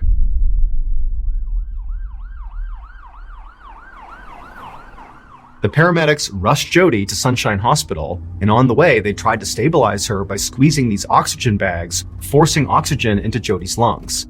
And as they were doing that, Jody's fiancé was following the ambulance right behind, white-knuckling the steering wheel, praying his fiancé was going to survive this asthma attack. When the ambulance finally arrived at Sunshine Hospital, the emergency room was mayhem. Paramedics quickly wheeled Jody in on her gurney, shouting out her vital signs to the doctors waiting near the door. Her fiancé, meanwhile, watched helplessly as the medical staff surrounded her and inserted IV lines, hooked up monitors, and began intubating her to force even more oxygen into her lungs. But fortunately, this rapid medical intervention, once Jody got to the hospital, appeared to work. Because not long after getting there, Jody did begin to stabilize, not enough to suggest that she was actually all better, but her condition basically began to improve. However, the moment she began to improve, instead of the medical team, talking to her and figuring out what happened and making sure she really was on a path to recovery here, instead, the medical team literally ran out of her room back out to the front of the ER because by this point, the Sunshine Hospital ER was overflowing with patients. There were all these people in the waiting room and also outside, and basically everybody had the same symptoms as Jody. They couldn't breathe. There were people slumped on the ground against the wall, screaming for help. I mean, the medical team was totally overwhelmed. And on top of that, there were ambulances literally lined up around the block waiting to drop off patients. There just wasn't any more space. But nonetheless, doctors and nurses and the medical team at the hospital worked furiously, moving from one patient to the next, sometimes in an exam room, sometimes out in the waiting room, sometimes outside. It's wherever the patients were. But the weird thing is all these people, they had the same symptoms, these severe asthma attacks, yet many of the people that were showing up had never had asthma in their lives before. So how was this happening? This went on for hours and hours. And really, the situation in the hospital only continued to get worse, with more and more and more patients showing up with worse and worse symptoms. And so during this madness, Jody, who really hadn't gotten better, she just stabilized, she actually was moved out of the emergency room and over to the ICU, pretty much just to create one more space for new patients. And so in the ICU, Jody's fiancé sat next to her, gripping her hand, listening to the sound of the monitors beeping steadily all around her. Outside the room, he could see doctors and nurses and medical staff sprinting up and down the hallways, looking frantic and worried. He had no idea what was happening here. He just hoped Jody would be okay. But it would turn out there actually was someone who knew exactly what was going on. A university researcher named Philip Taylor had actually predicted this the day before. Professor Taylor was an expert in atmospheric allergens, a field so niche that barely anybody outside of his small research circle had even heard of it. And so on the afternoon of November 20th, the day before, Taylor had been at home in his office analyzing data when he noticed something very alarming. All of the ingredients for a catastrophic event were aligning in the forecast, and the patterns were so precise that it stopped him cold. Taylor was stunned. He'd spent years studying the effects of weather on public health, but he'd never seen anything like this before. And at the same time, Taylor also realized that as alarming as this was, very few other people, if anybody, would see this as a problem. He was like the one person in the world that had the expertise to see how catastrophic this might actually be. And so, desperate to warn others, he wound up posting a very urgent announcement on this weather website that he managed, but unfortunately, it just wasn't seen by enough people in time. And so now, as hospitals all across Melbourne overflowed with people gasping for air, Taylor sat in his backyard watching the storm unfold. The sky was pitch black, rain and hail was coming down, the wind was whipping, and off in the distance, all he could hear was thunder and sirens. And he knew, unfortunately, his prediction had been right. Just like Professor Taylor's weather models had predicted, on November 21st, 2016, Melbourne, Australia was hit by an extremely rare event known as thunderstorm asthma. This deadly phenomenon can only occur when three very specific weather conditions align. 1, high heat during the day, 2, a very powerful thunderstorm, and 3, extremely high pollen levels. Melbourne's heat that day had caused unusually high concentrations of ryegrass pollen to hang in the air. And then when that huge thunderstorm rolled in, the intense humidity, the wind, and the rain shattered the pollen grains into microscopic fragments. And then these tiny particles, which were way smaller than regular pollen, were carried by this storm deep into people's homes and into their lungs. Unlike normal pollen, these microscopic fragments bypassed the body's typical defenses and embedded themselves deep into people's lungs, causing severe and sudden asthma attacks. Now, for people who already had asthma, this was catastrophic. But even perfectly healthy people found themselves gasping for air, overwhelmed by the sheer density of this microscopic pollen. The storm had essentially made the air everybody in Melbourne was breathing deadly. As for Jody Santoro, she would spend days in the ICU, hooked up to monitors, with machines pumping oxygen into her lungs while her body fought to heal. But she was lucky. She would eventually recover. And in the days that followed, she would learn the full scale of what actually happened in Melbourne. Nearly 10,000 people had flooded the hospitals across Australia, complaining of the same symptoms that Jody did. And unfortunately, of those 10,000, 10 people actually lost their lives, and many of them were totally healthy and had never had an asthma attack in their lives before. For Jody, despite surviving this ordeal, the awful memory of what happened on that night will forever be on her mind. She is now all too aware of how fragile life can be and how quickly things can change.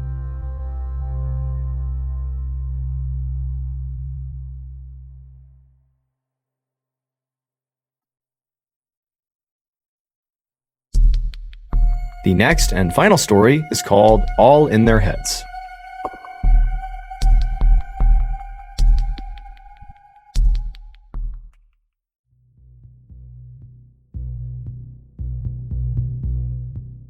On a sunny afternoon in the summer of 1953, a young woman named Anne stood in the middle of a huge sugarcane grove in an isolated forest in Papua New Guinea.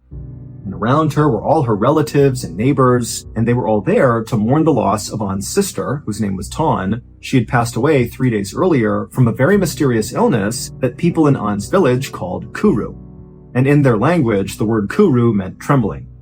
Now, keep in mind, this particular mystery illness that was called kuru only affected the people in Anne and Tawn's village. This is like a hyper-specific illness that only happened inside of this little forest to these people. But Anne and the rest of the people in her village had seen this happen over and over and over again every year, and so they knew what happened when you got kuru because it was always the same. As soon as you began to tremble, that was kind of like the first sign. 1 year or so after that moment, you lose control of all the muscles in your body until you die. And so in Tawn's case, so Anne's sister, she had watched this happen exactly as it did for everybody else that ever got this illness. She started with the tremors, and then before long, she couldn't even stand up or walk around. And then finally, her sister lost control of the muscles in her throat, and so she couldn't eat despite being hungry, and so ultimately she died of starvation. which is like one of the worst ways to die. It's incredibly slow and very, very painful. And so ever since Tan's death 3 days earlier, the village had been performing all these rituals and prayers in an attempt to assist Tan's spirit on its way into the afterlife. And this type of very involved funeral was absolutely customary in An's culture. An and her family and all of these villagers were members of the Foray people, who were native to Papua New Guinea, which is an island just north of Australia. And in 1953, when the story is taking place, the Foray people numbered about 11,000 people. And remember, they live in a very isolated forest. They are basically cut off from the world for the most part. But they were beginning to fear that they were going to go extinct because of Kuru. Every year, the Foray people lost 200 people to Kuru. And for the most part, the victims were women, like disproportionately so, which made it even more likely that the Foray people would go extinct, because if you lose all the women, you can't have any more kids. And in fact, by 1953, so many women had died from Kuru that by this point, there were 3 times as many men as there were women. In fact, the leading cause of death for Foray women was Kuru. But the Foray people did not view Kuru as just an illness. They actually viewed it as a curse. In fact, that was completely accepted that that is exactly what it was.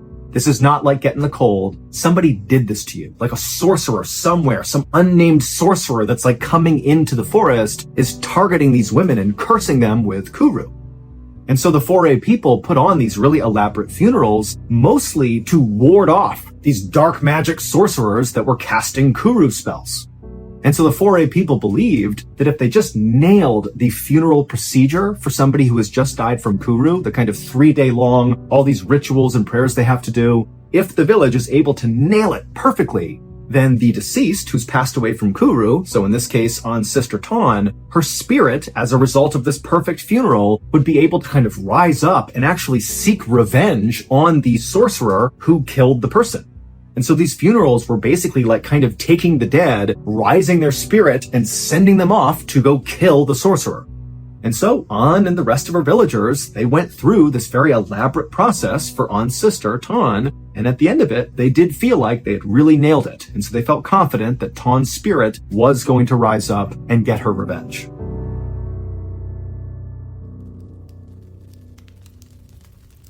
A few weeks after An's sister's funeral, An was standing over an open fire, and she was cooking some pork and sweet potatoes, and as she went to flip the meat over, she reached her hand out, and she noticed her hand was trembling, which is the first sign of someone with Kuru. Now, An told herself that, oh no, I don't have Kuru, it's just because I was working really hard today and I'm tired, like that's all it is. But she knew deep down, she may have been cursed.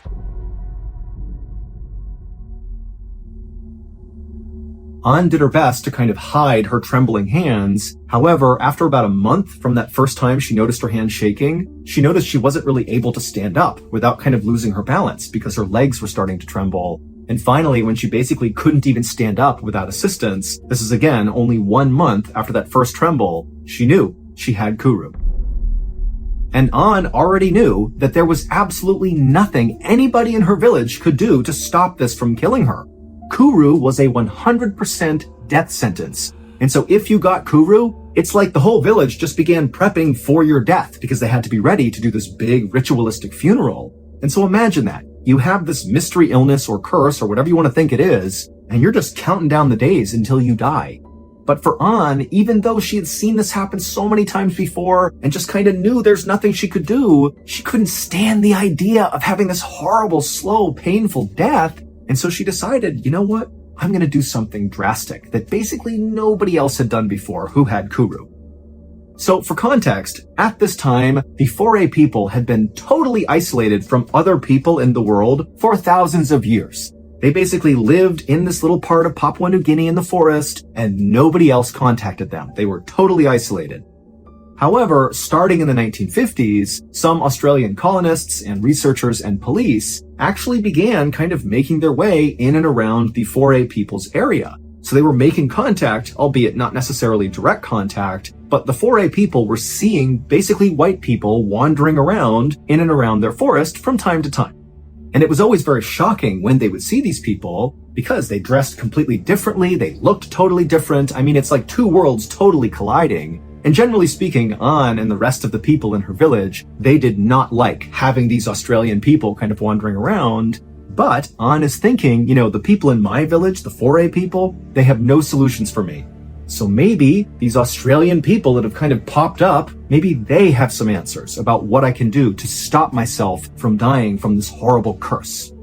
Keep in mind, by going out and seeking help from these outsiders, it was like An would be breaking a huge custom. This is so taboo for the foray people, and very likely, even if she was able to find a solution from these outsiders, it's not clear if she would have been welcomed back into her village. And so this is a truly desperate measure she's taking, but she really felt like she had no choice. So, even as her body trembled from Kuru, An managed to stand up using a stick, and she began kind of hobbling her way quietly and discreetly out of her village, something that she really never did. And eventually, after hobbling her way out of sight of the foray people, she began making her way through the woods, and she eventually came to a clearing where there was this house. And it was obvious this is not a house that the foray people have built. This is somebody from the outside who's built something kind of near where they were living. And so An wandered up to this house, not really sure what to do, but she went up and knocked on the door, and a second later it opened up, and it's this Australian anthropologist named Ronald Burnt, who actually An had seen before. He had been coming through her village a couple of times, attempting to interview people to learn more about the foray people. She knew that nobody wanted to talk to him, but she had seen him before. And so she was relieved. This is someone that I'm somewhat familiar with. And so as Ronald is staring back at her, and Ronald's pretty tall and skinny, he's got glasses on, he's dressed like a typical Australian in the 1950s, and he's looking at An, and An begins to try to tell him what's going on with her. And as she began to talk, the words she was saying were coming out all garbled, and she realized that the Kuru curse was now affecting her throat, the muscles in her neck, and she was not able to speak. But as it happened, Ronald, who was very familiar with the foray people, he could tell, based on just the way she was acting and how desperate she looked, that very likely this woman was here because she believed she had Kuru. And Ronald, who had learned about Kuru after studying the foray people, he had done some research on it, and he believed it was entirely psychosomatic, that this was not an actual illness. Basically, he believed Kuru was acute hysteria, that these foray people were just going crazy and convincing themselves that they had this illness, and I guess that kind of manifested their death a year later. And so Ronald interrupted An, who again is struggling to talk, and he was able to communicate to her in her language that you do not have Kuru, you are hysterical, this is in your head, and you should go now. And then he shut the door on her. And An had no idea what to do. She was embarrassed. She was terrified that maybe somebody from her village had seen her come out here. And so just trembling and feeling so alone and so scared, she turned around and just went back to her village.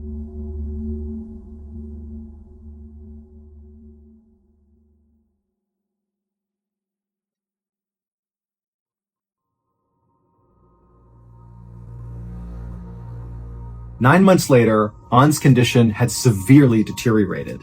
She basically was following exactly the process of every other person she had seen with Kuru.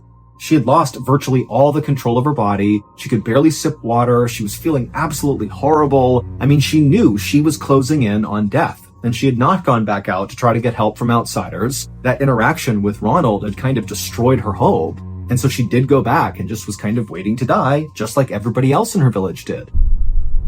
But for An, the physical symptoms of Kuru that she was experiencing were undoubtedly terrible, but they were not as bad, at least to An, as the other side of Kuru. So in addition to referring to this curse as Kuru, which meant trembling, sometimes foray people would refer to this curse, this illness, as the laughing death. And it's because during the terminal stage, so the end stage of Kuru, when you're just about to die, you just begin laughing. It doesn't matter what you're thinking about. This is not an actual laugh. You're not thinking something's funny. It's like you could be weeping and totally depressed because you know you're going to die, but you keep hysterically laughing, which makes your whole body sore from constantly laughing over and over again. And An was beginning to experience that. She would be weeping and laughing at the same time. And think about this. Everybody else who's in the village, they know what this means. And so their preparations for her death are only getting more and more ramped up. They're getting ready for the big ritualistic funeral they're going to give to An. And so An, as she's hysterically laughing, is fully aware that everybody's just waiting for her to die. And finally, just a few weeks after she had begun the laughing side of Kuru, An would pass away. almost exactly 1 year from when she first noticed the trembling in her hand when she was cooking over that fire. After Ann's death, more and more people just kept on getting Kuru. And over the next 7 years, it was like clockwork. 200 plus 4A people died from Kuru every year, and nobody had any idea how to stop it. It just became a part of their lives, and again, they kept getting closer and closer to being extinct. It was this really terrifying time.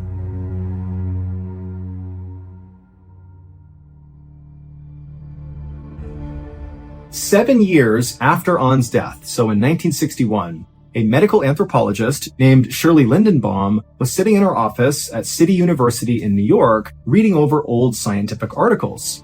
And as she was just kind of flipping through them, she noticed there was an article from an Australian anthropologist named Ronald Burnt, the same guy who had turned Ann away and told her, no, you don't have Kuru, that's not real, it's psychosomatic. And in this article, Ronald outlined these symptoms that the 4A people were exhibiting that obviously were not real. They had tremors, loss of muscle control, and huge mood swings. But Ronald was like, it's all in their head. It's not a real disease. But to Shirley, as she's reading this, she's thinking, why has Ronald decided this has to be psychosomatic? These symptoms seem like a real disease, like a neurological condition. Something must be attacking their brains, causing them to have these symptoms and then die. But when Shirley, just out of curiosity, began to do some additional research on the Kuru disease, or whatever you want to call it, she discovered that there was basically no real research other than Ronald's about this weird illness. And so she decided, you know what, there's a gap in the research, and I'm going to fill it. I'm going to figure out what's going on with the 4A people and this weird thing called Kuru. So the following summer, when Shirley finally had some time, she left New York and flew to Papua New Guinea, and she made her way into the forest to contact the 4A people. And eventually she reached some of these small villages that contained 4A people, and the 4A people, even if they didn't necessarily embrace Shirley, many of them were open to at least speaking to her and talking about their culture, their customs, their history, and of course talking about Kuru, this curse. And eventually Shirley made her way into this one particular 4A village where she actually saw a white man just walking around in this village, so he really stood out. And so immediately Shirley walked up to this guy, and he introduced himself as Dr. Michael Alpers, and he told Shirley he had been living in these villages with the 4A people for several months because he was studying Kuru. He wanted to figure out, what's actually causing it, because he also felt very skeptical at the idea that this is just psychosomatic. That did not seem very plausible. And so Shirley and Dr. Alpers were totally aligned, and they're like, hey, let's swap notes and do this together. And so Shirley began telling Dr. Alpers about what she had learned so far, and she said that when she showed up in Papua New Guinea, she believed what Kuru was a genetic brain disease, meaning it would be passed down from, parent to child and so on and so forth. But she quickly discovered that after conducting research and talking to the 4A people in these villages, that was not the case. This was not something that went from parent to child. Instead, Kuru appeared to spread amongst tight-knit social groups within these villages, which seemed to indicate this was actually a contagious disease, not a genetic one. And so she told Dr. Alpers that now her working theory was that Kuru was actually a contagious type of encephalitis, which is inflammation of the brain. But Shirley also said to Dr. Alpers that did not explain why so many victims of Kuru were female. And Shirley also said to Dr. Alpers that, I've been around loads of people with Kuru, and I don't have it, so how can it be contagious?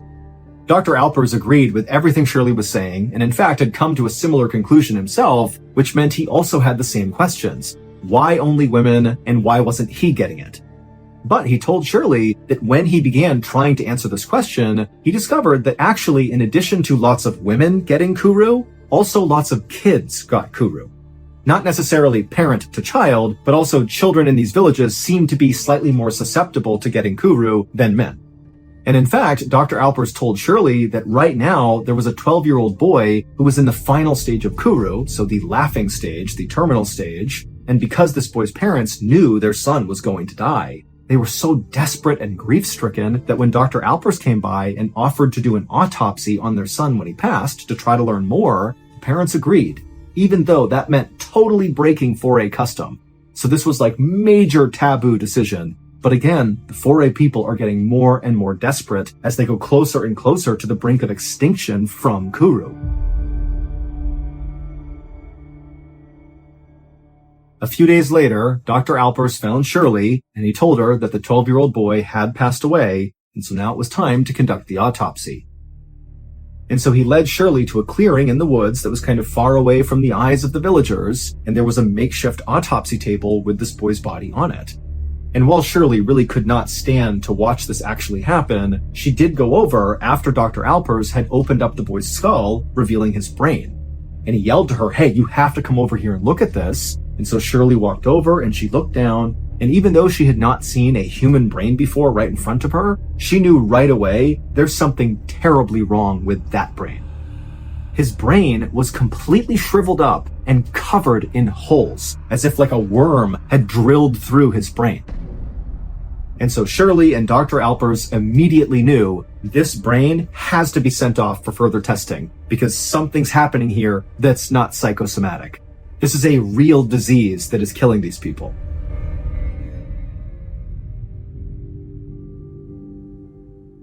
About a year later, Shirley was back home in New York in her office when she received a letter from a research team at the United States National Institutes of Health, or NIH for short. And the NIH is one of the largest medical research facilities in the world. And it was where Shirley and Dr. Alpers had sent off that boy's brain for further study. And so by getting this letter, Shirley knew she was going to get information about whatever they discovered in this boy's brain. And so she ripped it open and pulled out the report and began reading. And the researchers said they had spent the last year, studying this brain tissue. And while they still didn't really understand how Kuru even happened and what caused it, was it a virus or an infection? They didn't know, but they had discovered something about how Kuru spread. During one of their experiments, the NIH researchers had injected some tissue from this boy's brain into a chimpanzee, and very quickly, that chimpanzee developed Kuru. And so this told the researchers that yes, Kuru was contagious and it spread through infected brain tissue. But how one person's infected brain got into another person's brain was the big mystery. But at least they had found something. But as Shirley read this, because she had done all that research when she went into the forests of Papua New Guinea and spoke to all these 4A people, she had learned a lot about what they did on a day-to-day basis and, what their various customs and rituals were. And she actually knew exactly how something like this could happen, something that only the 4A people were doing. During her research in Papua New Guinea, Shirley had learned that 4A people believe all humans have 5 distinct souls. There was that one soul that 4A people believed they could basically summon up out of a deceased person that would then go avenge that person's death. So think about how all those people who died from Kuru, they believed that was a curse from some sorcerer. And so a big part of that funeral process was to call out that soul to go avenge their death, go find the sorcerer and kill them. But that was just one soul. There were 4 others. And of these 4 others, there was one called the Quila, which was the most dangerous. Quila meant flesh in the 4A people's language, and this soul was like a manifestation of death and decay, because that's what our flesh does. It just kind of gradually dies all the time. And so they looked at the flesh as being a really bad thing. And so they believed after someone died, their flesh needed to be stored properly. Otherwise, it would pollute the air and cause more death and decay for other people that were still alive. And the safest place, according to the 4A people, for the Quila to be stored, so human flesh, was inside of a woman's body. And the reason for this is 4A people believe women's bodies are much more resilient than men's, and so if anybody could withstand holding Quila inside of them, it would be the women. But there was a very specific process that the 4A women had to follow in order to kind of put this Quila inside of themselves. And multiple 4A women had explained this totally bizarre process to Shirley when she was out there talking to the people in the village. The way it worked is a few days after a 4A member has passed away, this huge feast is prepared. Except the feast only consists of the Quila. Basically, the person who is dead is chopped up and prepared by the women, like their entire body gets consumed. Now, keep in mind, anybody hearing about this who's not a member of the 4A people would be like, oh my god, that's horrible. But to 4A people, this ritualistic cannibalism was actually an act of love. The idea was, by having these women consume the Quila, consuming the dead person, you're protecting the living because you don't want the Quila out and about polluting the air, and you are respecting the dead. But remember, Kuru got spread through infected brain tissue. And it just so happened that during these funeral feasts, when they were consuming the Quila, the brain of the deceased person was an absolute delicacy. And so the brain was reserved for close female relatives of the deceased person. And so during An's sister's funeral, so when Ton passed, what do you think An ate? She ate Ton's brain. And then also, critically, Shirley had learned that a lot of these women who were given the brain, this delicacy during these funerals, they would often sneak little pieces of the brain and hand it out to kids as like a little treat. They would take the brain and eat it. Nobody knew. That's why the kids were also getting Kuru. And so a few years after this incredible discovery by Shirley about how Kuru was being passed along, the Australian colonial government banned the practice of ritualistic cannibalism in Papua New Guinea. Basically, they were telling the 4A people to stop eating the dead. It's what's killing you. And the 4A people, who were very desperate to stop being killed by Kuru, they took to it, stopped eating each other, and so Kuru was virtually eradicated, and the 4A population, instead of sliding towards extinction, actually began to grow really fast. And today, the total population has at least doubled. And also, just to close this out, one final note is it took until 1990 to actually figure out what was going on inside of these people's bodies when they had Kuru. Because back in the 60s, when they figured out how not to get Kuru, nobody understood what was even happening. It was just like, don't eat other people and you'll be okay, but that's all they knew. And while the process in the human body that caused Kuru remained a mystery for many decades after Shirley's big discovery, in the 1990s, researchers did finally figure out what's actually going on. Basically, somebody with Kuru has these proteins in their brain called prions that fold wrong into the wrong shape and then cannot function properly. This loss of protein function rapidly kills brain cells, which in turn shrivels up the brain and causes all those holes all over it.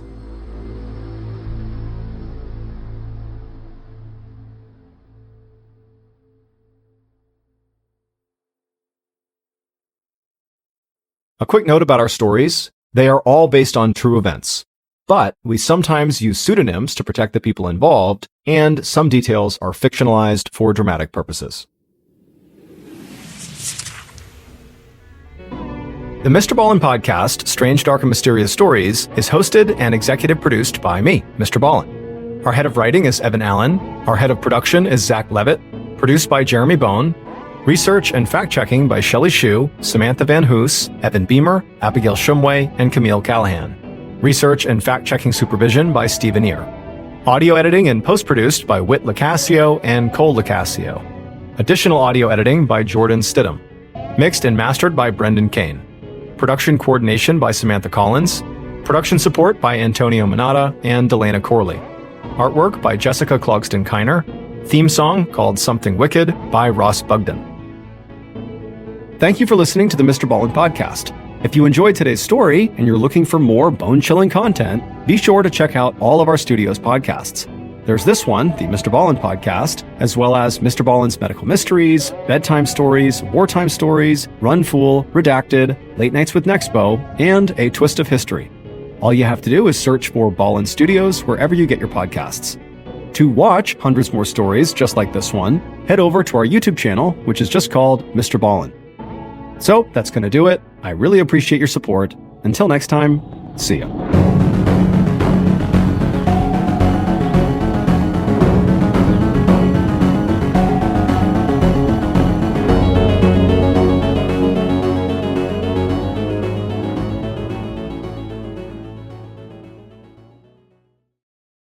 On the morning of June 14th, 1929, two teenage boys walked through an open field outside of Columbus, Ohio. Suddenly, the boys stopped because up ahead they saw a huge swarm of black flies hovering over the tall grass. The boys couldn't see what was below the swarm, so they slowly walked a bit closer to get a better look. When they finally got close enough to see what was on the ground, both boys instantly turned around and began screaming for help. When the police finally arrived, they too were horrified by what they saw in that field. But as gruesome as it was, it did seem like a pretty straightforward crime of passion. However, their investigation would quickly take a totally bizarre turn that would involve rare recreational drugs, hidden bank accounts, secret lovers, secret apartments, and an Olympic gold medalist. But before we get into that story, if you're a fan of the strange, dark, and mysterious delivered in story format, then you come to the right podcast because that's all we do, and we upload twice a week, once on Monday and once on Thursday. So, if that's of interest to you, please swap out the white noise machine in the Amazon Music follow button's bedroom for a speaker blasting bedtime stories, a brand new podcast from Ballen Studios and my favorite new show. Just search for Ballen Studios and then look for bedtime stories on Amazon Music. Okay, let's get into today's story.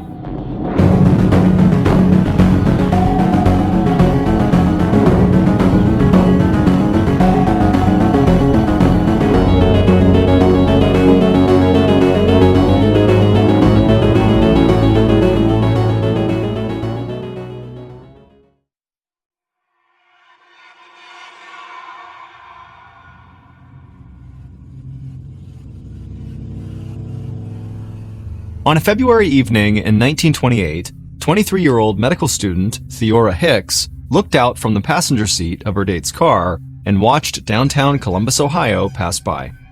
Theora was pale and pretty with cropped brown hair. She had on a fitted dress and wore her father's old watch on her wrist.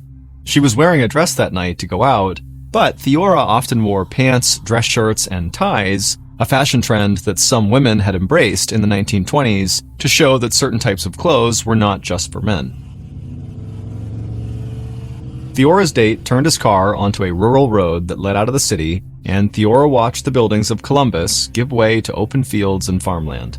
She turned to her date and smiled, and he smiled back.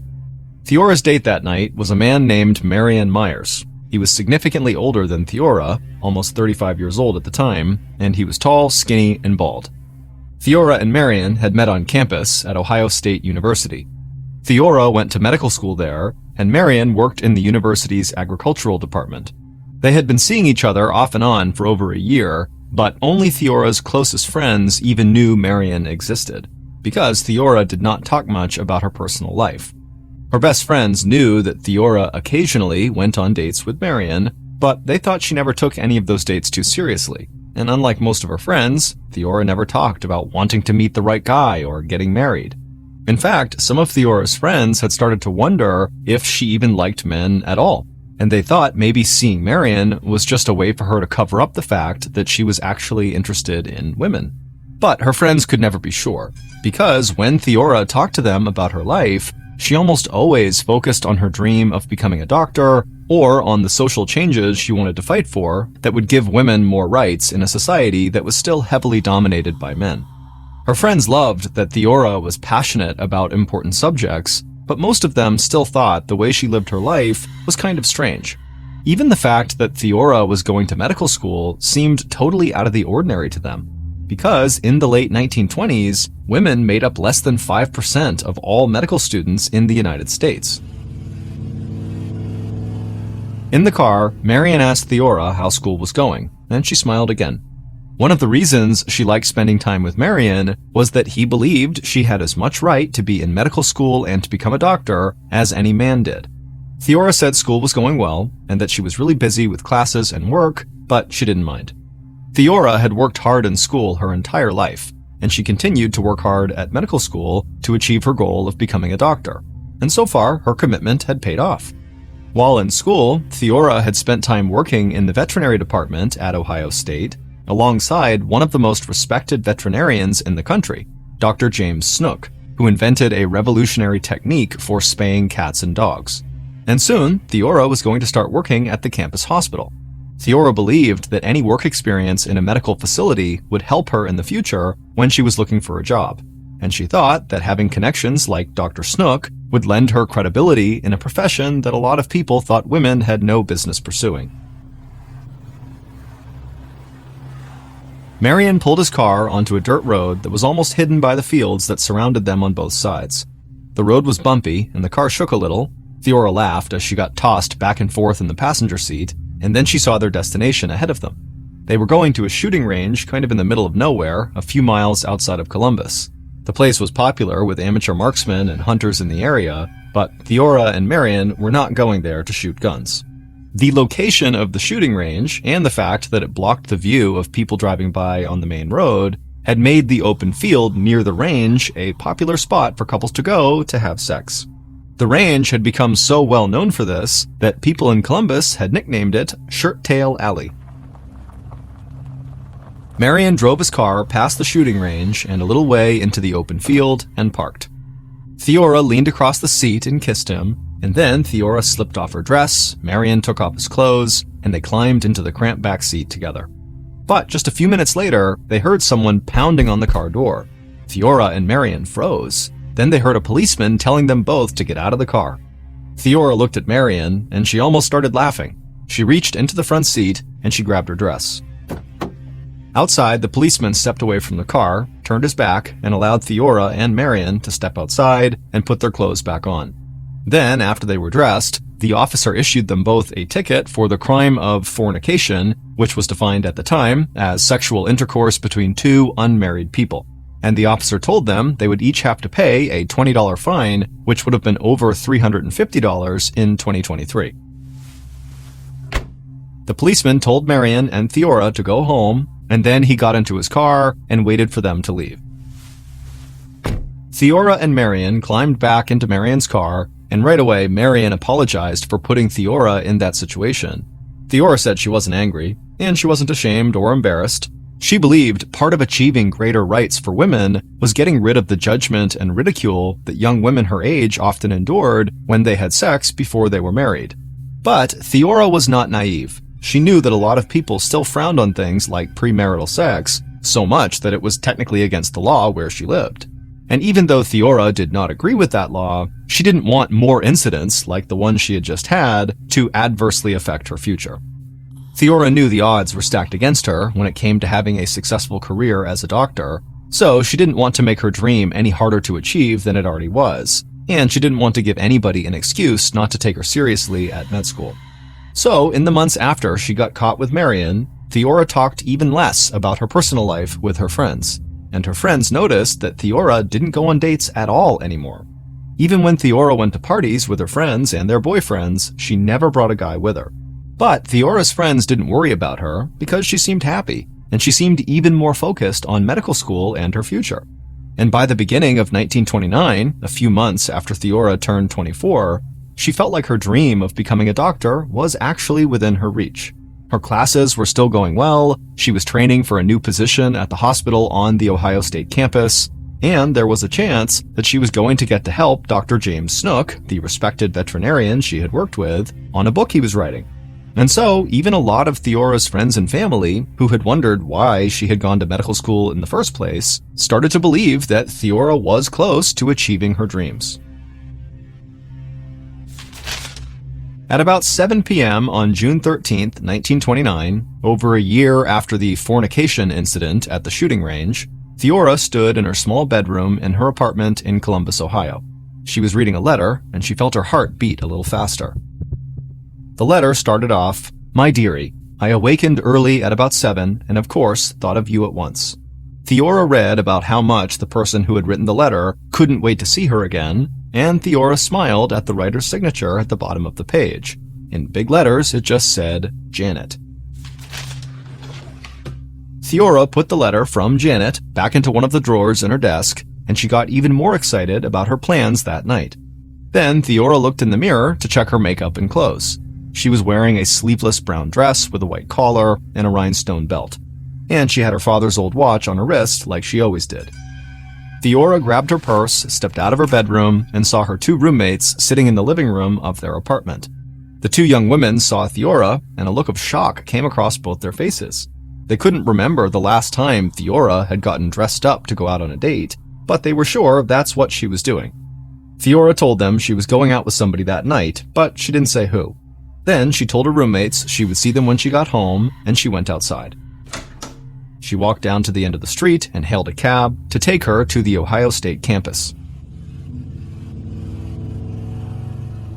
On the drive, Theora asked the cab driver if she could have one of their cigarettes because Theora was nervous and she thought maybe it would calm her down.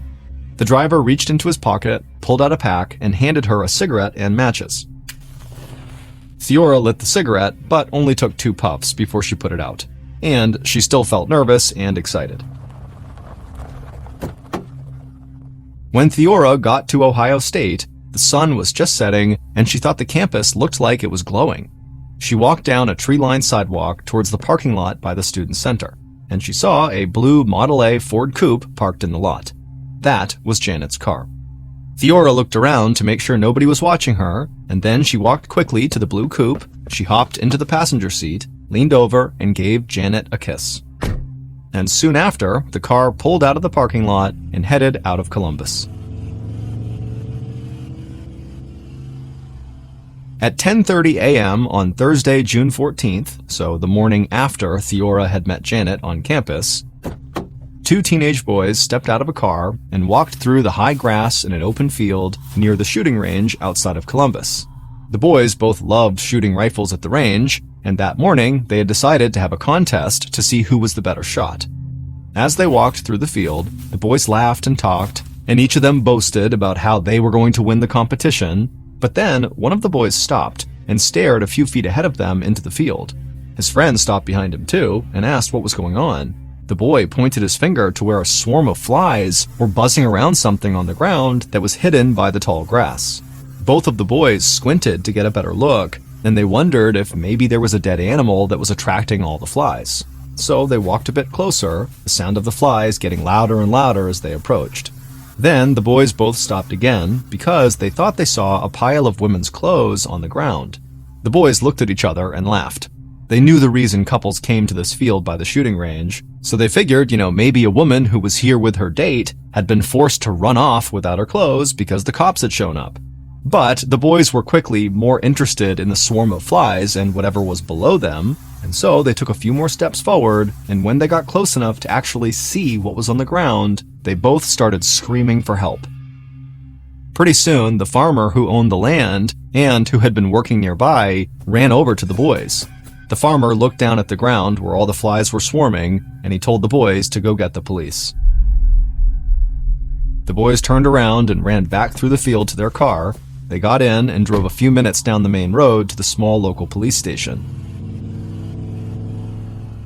They ran inside and told the first cop they saw what they had found in the field.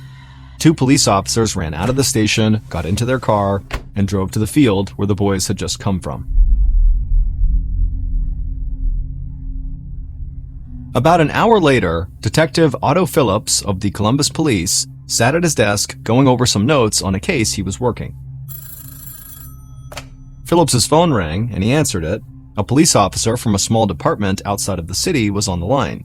He told Phillips that a body had been discovered in a field near the shooting range, and the local police needed help. Phillips hung up the phone and put away his notes from the other case. He figured that case wasn't nearly as important as a dead body that was just found in a field. Phillips stood up, put on his jacket, grabbed his fedora hat, and headed out of the station.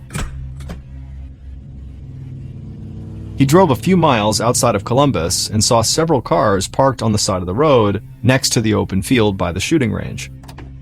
Phillips got out of his car and walked towards the small group of men that had already gathered in the field. Phillips saw there were 2 cops from the nearby station, the county coroner, and a police photographer. Phillips knew the coroner well, but he introduced himself to the others and then asked if they would all clear some space for him. All the men moved back, and Phillips took a few steps forward. And right away the sound of the flies buzzing and the smell hit him first, and then when he crouched down, he saw the body of a young woman. Phillips took off his hat and tried to swat the flies away. Then he leaned in closer to the body. The victim was lying on her left side, and her face was on the ground. Her right arm was stretched out in front of her, and it was very badly bruised. Phillips knew this shooting range was like a lover's lane for young couples. So his first thought was that this crime scene could be the horrible result of an argument that this poor girl had had with her boyfriend. Phillips stood up and called the coroner and the other officers back over. The other officers said they had not located a weapon of any kind in the area, and they also said they had not yet found any identification of any kind on or near the victim. The coroner pointed out to Phillips that the victim's watch had stopped at 9:58. He thought that was probably close to the time that she had been killed the night before. The victim's head, face, and neck were covered in blood, and so the coroner said he would run some blood tests when they did the autopsy. But in police investigations in 1929, blood tests were basically only used to determine two things: if the blood belonged to a human or an animal, and what the blood type was if it was found to be human blood. But a lot of people share the same blood type, so Phillips knew a blood test could not identify a specific person. So as Phillips stood there in the middle of the field, he had no idea who he was looking at, and the test the coroner was going to run would not make that any clearer. But Phillips had to figure out who this young woman was before he could even start thinking about who might have killed her.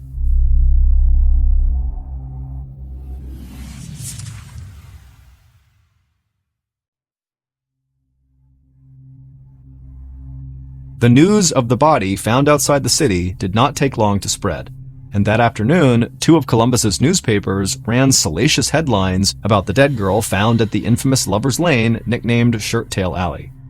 Normally, Detective Phillips hated those kinds of headlines, and he couldn't stand that newspapers often put wild theories in their articles before anything was even known about a case. But that afternoon, Phillips thought the attention-grabbing newspaper stories might actually help him figure out who the murder victim was. And Phillips would be right. Not long after the newspapers went out that day, two young women arrived at the Columbus police station. They said they had seen the articles about the body found in the field, and they were worried it was their roommate, because she had gone out the night before, but never came home. Phillips thanked the women for coming in. Then he asked them if they would go with him and another officer to the mortuary where the body had been taken to see if they could identify the victim, and the women agreed to go. So the women took a short drive with Phillips and the other police officer, then they walked into a cold, quiet room in the mortuary. The officers led them to a table to see the body, and the women stood there in shock. They hugged each other and started crying. The victim's face was mangled and bloody, but they could still see it was their roommate, Theora Hicks. Phillips said he was sorry to put the women on the spot when he knew how upset they were, but based on where police had found Theora's body, his instinct was that whoever had killed her was most likely a man she was seeing.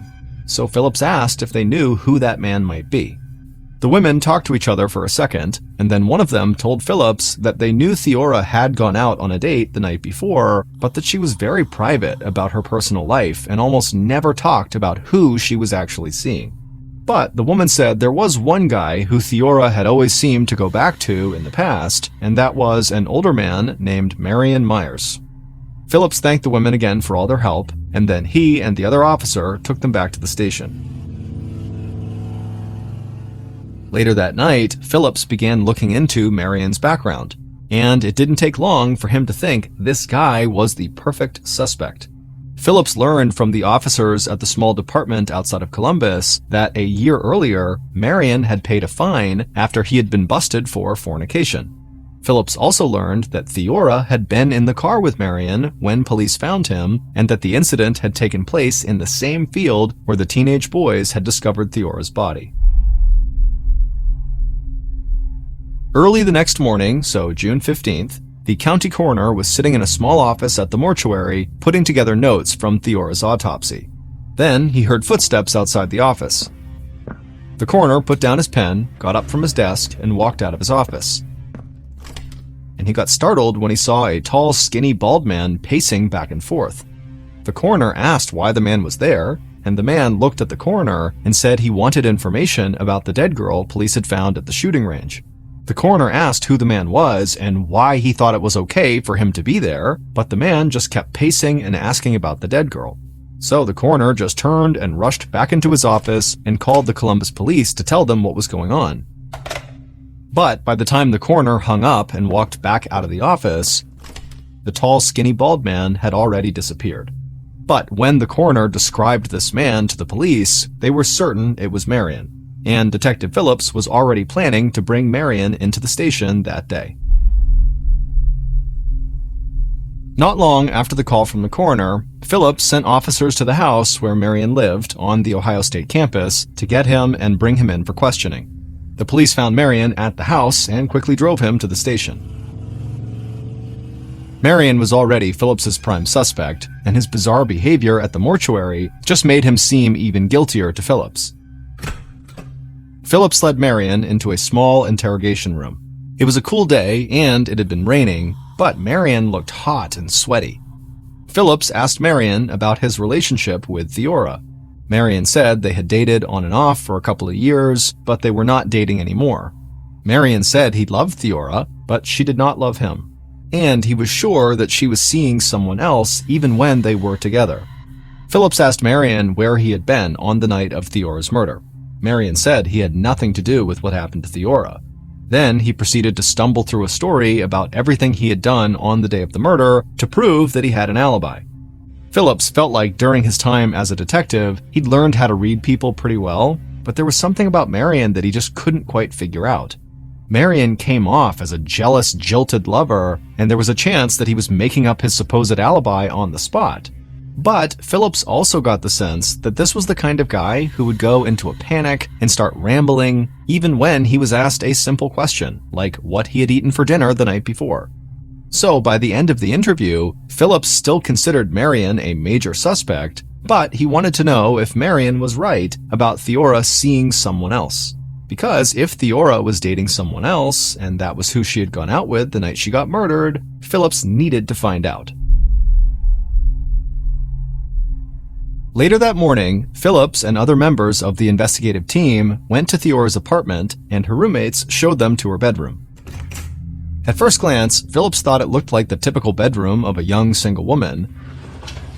But when he opened one of the drawers of a small wooden desk, Phillips started to think there might not be anything typical about Theora at all. In the desk drawer, Phillips found a Derringer, a small handgun that was easy to conceal. Next to the gun, Phillips found a couple of bank passbooks, which were savings account logs that people kept in the 1920s, and when Phillips looked at those passbooks, he was stunned. Theora had at least 2 savings accounts with almost $2,500 between them. For reference, at the time, that was more than the average American family made in a year. Also, $2,500 then would have been equal to about $45,000 today in 2023. Phillips had talked to Theora's roommates and a few of her other friends after her body had been identified, and they had all said that Theora worked on campus just to make enough money to get by at medical school. So Phillips was surprised that she had thousands of dollars in savings, and he started to wonder if Theora had been living some kind of a double life. Then Phillips opened another desk drawer, and he found something that immediately backed up that double life theory. Phillips pulled out a stack of letters that had been written to Theora, and they were all from someone named Janet. And once Phillips had read through the letters, it seemed clear to him that Theora and Janet had been in a very serious romantic relationship. So Phillips needed to find out if Janet was the person Theora had gone out with on the night of her murder. But Phillips didn't have a last name for Janet, and when he asked Theora's roommates about Janet, they said they had no idea who Janet was. A few hours later, Phillips and his team met with Theora's classmates and people who she worked with at the campus hospital. But nobody they talked to knew anyone named Janet. And so the police went down their list of other people to talk to, and they saw there was a guy named Dr. James Snook who Theora had worked with in the veterinary department. And so they contacted James and they asked him if he'd be willing to come to the police station and answer some questions about Theora. And James said fine. He came down to the station, and he sat down with Phillips and the other members of the investigative team. Phillips immediately thought James looked and talked exactly like a typical professor. He was 49 years old, he wore a nice suit and glasses, and whenever he talked, it sounded like he was explaining things to a big group of college kids. James told the police that Theora had once worked in the veterinary department in the steno pool, which meant she took notes and shorthand in meetings and at lectures. And James said Theora had been great at her job, and so he thought she might be able to help him while he compiled stories for a book he wanted to write. Phillips asked what the book was about, and James got a little embarrassed and said he was working on a book about himself. Because not only had he been a pioneer in veterinary science and medicine, but also he'd won a gold medal at the 1920 Olympics in Belgium. Once that information came out, immediately the officers started asking James questions about what it was like to compete in the Olympic Games and what it felt like to win gold against amazing athletes from all around the world. But eventually, Phillips got the conversation back on track, and he asked if James knew of anyone named Janet who worked in his department at the university or who might be connected to the veterinary school in some way. James thought about it for a minute, but said nobody came to mind. But he admitted that after being a professor for years, he was not great about remembering all the names of all of his students. They kind of blended together. And then, at the end of the interview, Phillips thanked James for coming in and said they'd follow up with him if they needed to. After that interview, Phillips was getting frustrated. He had figured that Janet, the person who wrote the love letters to Theora, had to be a classmate or co-worker, or at least somebody Theora knew from school. But so far, the search for Janet had been a total dead end. And the team was still looking into Marion's alibi, so they couldn't rule him out as a suspect. They even decided to bring Marion back in and to keep him at the station until they were sure they knew where he had been on the night of the murder. But Phillips was having doubts that Marion was the killer, and he was almost positive that Theora's secret lover, Janet, had something to do with Theora's death. Later that day, Phillips met with the coroner at the mortuary, and the results of Theora's autopsy threw Phillips for a loop. At the time of her death, Theora had traces of marijuana in her system, but it wasn't from smoking marijuana, which would be the most common way to ingest the drug. Instead, Theora had ingested a very uncommon type of marijuana in powder form. In addition to that, Theora had also ingested something even stranger: Blister beetle extract, more commonly called Spanish fly, which was a chemical substance taken from an insect. At the time, some people believed Spanish fly was an aphrodisiac that heightened a person's sexual performance, but Spanish fly was not exactly easy for anyone to just get. So by that evening, Phillips was starting to feel like this case that had seemed pretty straightforward at the beginning was just getting weirder and weirder and weirder. So by that evening, Phillips was starting to feel like this case, which had seemed pretty straightforward at first, was now starting to seem really complicated and just totally weird. And then later that night, the case got even weirder because Phillips got a phone call from a woman who said she was a landlord and that she was sure she had rented a small apartment in the city to the dead girl she'd seen in the newspaper. Phillips hung up the phone with the landlord and just shook his head. In the course of about a day, he discovered Theora's gun, her shocking bank accounts, her love letters, and her secret apartment. But he still didn't have the one piece of evidence he badly wanted. He didn't know who this Janet person was. On the same night that Phillips had spoken to that landlord, he and a few other officers drove across town to see the apartment Theora had supposedly rented. Phillips was exhausted, and he felt like that day might never end, but he hoped maybe something in this new apartment would either prove Marion was the murderer or lead him to Janet. The landlord walked Phillips and his team into the small one-room apartment. A large brass bed took up most of the space, and there was one wooden chair in the corner. Phillips also saw a back door that would allow people to come in and out of the apartment without being seen by anybody on the street in front. One look at the place, and Phillips knew this was a classic love nest where people would meet to have a secret affair. Phillips showed the landlord a photo of Theora, and the landlord said that was definitely the woman who had rented this place, but she'd used a different name. The landlord also said Theora had told her she would not be renting the apartment anymore and would move her things out that week. Phillips and his team searched the room for any piece of evidence that might help their investigation, but it looked like Theora had already moved out because all they found was a woman's brown hat lying on the hardwood floor. So when Phillips's long day finally ended, he still had Marion in custody at the police station, but he didn't really have anything new to go on. In the days following Detective Phillips's visit to Theora's secret apartment, police were able to corroborate almost all of Marion's alibi for the night of Theora's murder. But there was still about 30 minutes that night that Marion could not account for, and nobody close to him had seen him during that time. 30 minutes was long enough for Marion to have driven Theora out to the field by the shooting range and to have killed her, so Marion remained a prime suspect. Then, even though the investigation into this case had only been going on for a few days, the county prosecutor started to put a lot of pressure on Phillips and his team. The county prosecutor was new, he was young, and so the police figured he just wanted to make a name for himself by bringing a big-time murder case to trial. But the county prosecutor pointed to the continuing stories in the newspapers that were spreading wild rumors about a maniac roaming the streets of Columbus who wanted to hunt down more young women. So the prosecutor said this case needed to be closed soon before there was complete panic across the city. Detective Phillips agreed with that, but Phillips was convinced he wouldn't be able to close the case until he found this Janet person, the person he was sure was having an affair with Theora when she was killed. So Phillips and his team kept interviewing new people connected to Theora, and they circled back around to talk to people they had already met with to see if maybe they had missed something the first time they spoke. Then, just after 11 a.m. on June 18th, so 5 days after Theora's murder, police brought a woman in who they hoped could move the investigation forward. The young county prosecutor would lead the interview. He asked the woman a series of questions over the course of 4 hours, and when the woman was tired and worn down, she said something that made Phillips and the prosecutor rethink the entire investigation. What they heard in that interview would finally lead Phillips to his Janet, and the police would discover who had killed Theora.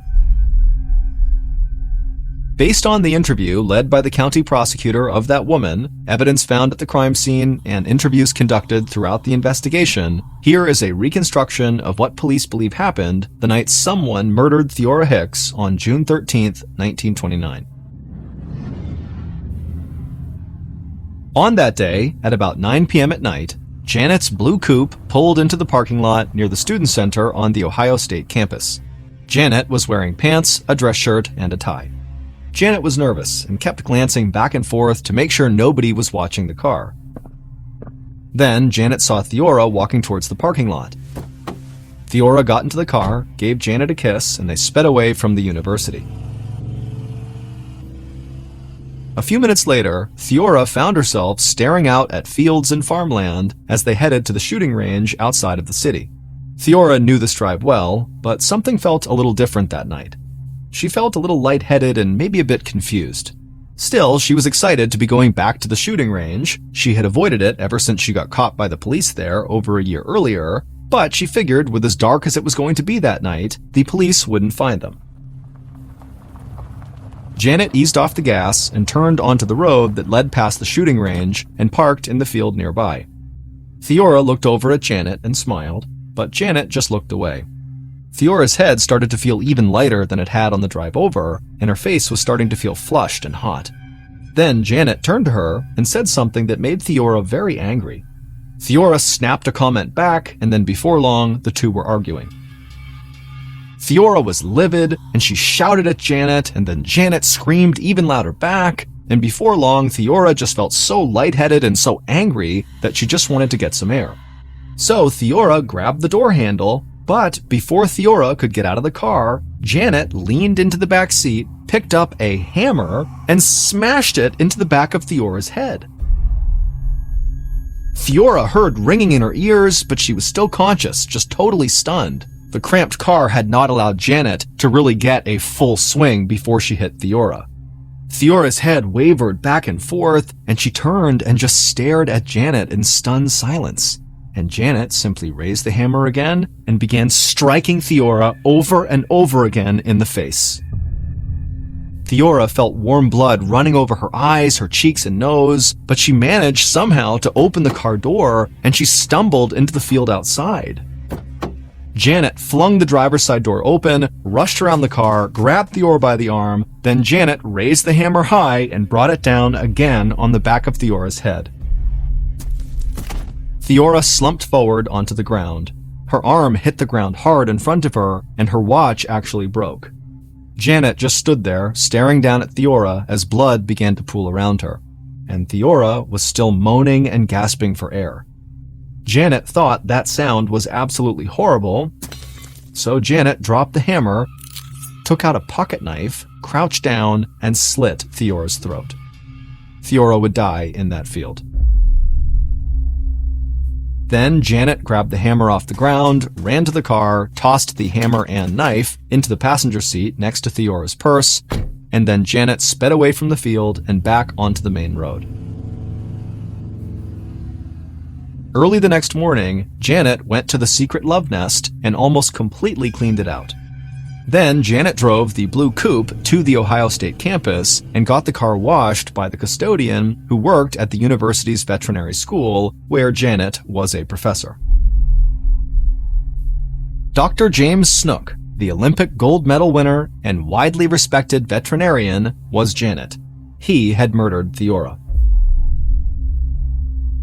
It would turn out that James and Theora had been having an affair for years, but they had gone to great lengths to keep it secret. And so after Theora had gotten caught fornicating with Marion at the gun range, it really frightened James that they might get caught having their affair, and so she and James worked even harder from that point on to completely cover their tracks.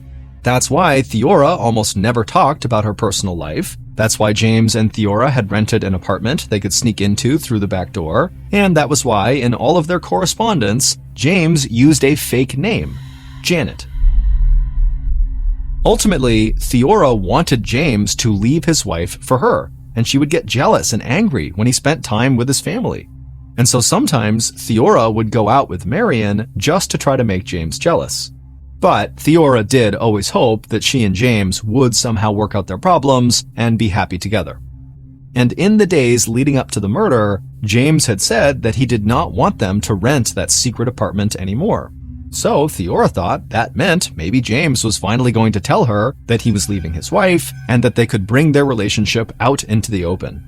But James had absolutely no intention of doing that. He was not about to leave his wife. He just wanted to stop renting the apartment with Theora. And he worried that when he told Theora this, she would end up telling his wife everything about their affair. So James decided to kill Theora. It turned out James's gold medal in the Olympics was for pistol shooting. So he was very familiar with the shooting range outside the city, and he would still go and practice there sometimes.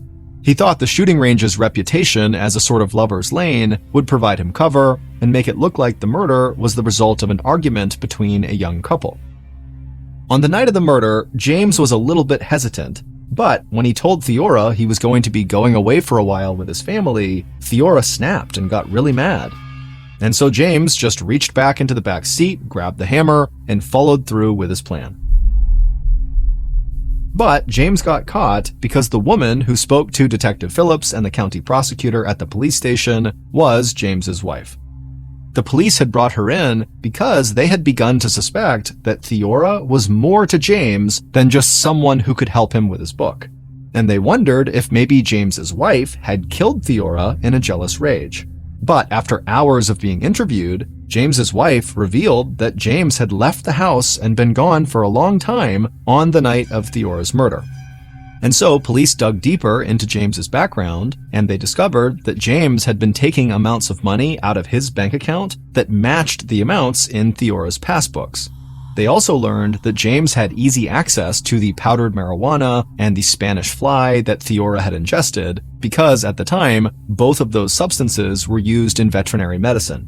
But it was never determined if James had drugged Theora or if she had taken the substances willingly. When Phillips and the county prosecutor brought James in to be questioned again, he would first admit to being Theora's secret lover, Janet, and then he would ultimately confess to murdering Theora. James was found guilty of murder and sentenced to death. In February of 1930, so less than a year after James had killed Theora, he was executed in Ohio in the electric chair.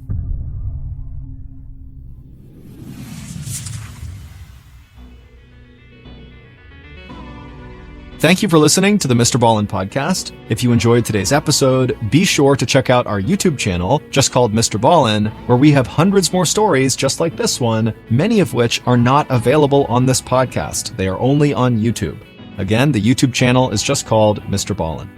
So that's going to do it. I really appreciate your support. Until next time, see ya.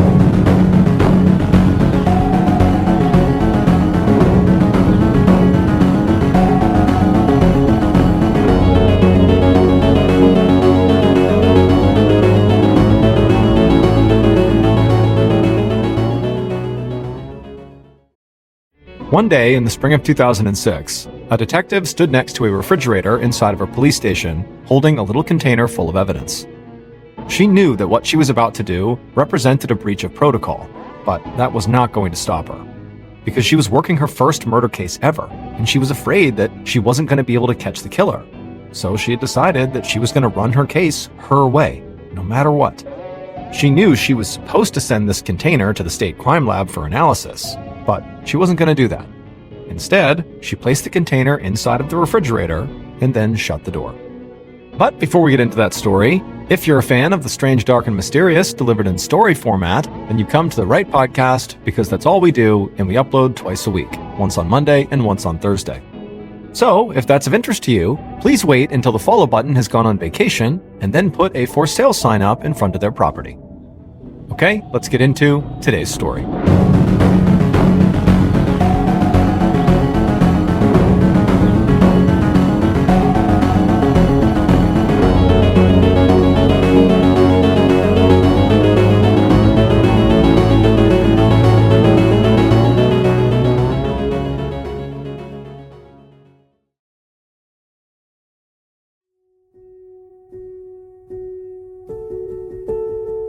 On the afternoon of Wednesday, April 12, 2006, Dr. John Yelnick finished up his final exam of the day at his dental practice in the rural community of Blairsville, Pennsylvania. He handed his patient a toothbrush, told her to come back in 6 months, and then headed into his back office to wrap up. He turned off his computer and made sure he had everything he needed. The next day was his day off, and he didn't want to have to come back because he forgot something. Once he was satisfied, he flicked off the light, walked out through reception, and told the receptionist to have a great night. She waved, and he gave her a big smile.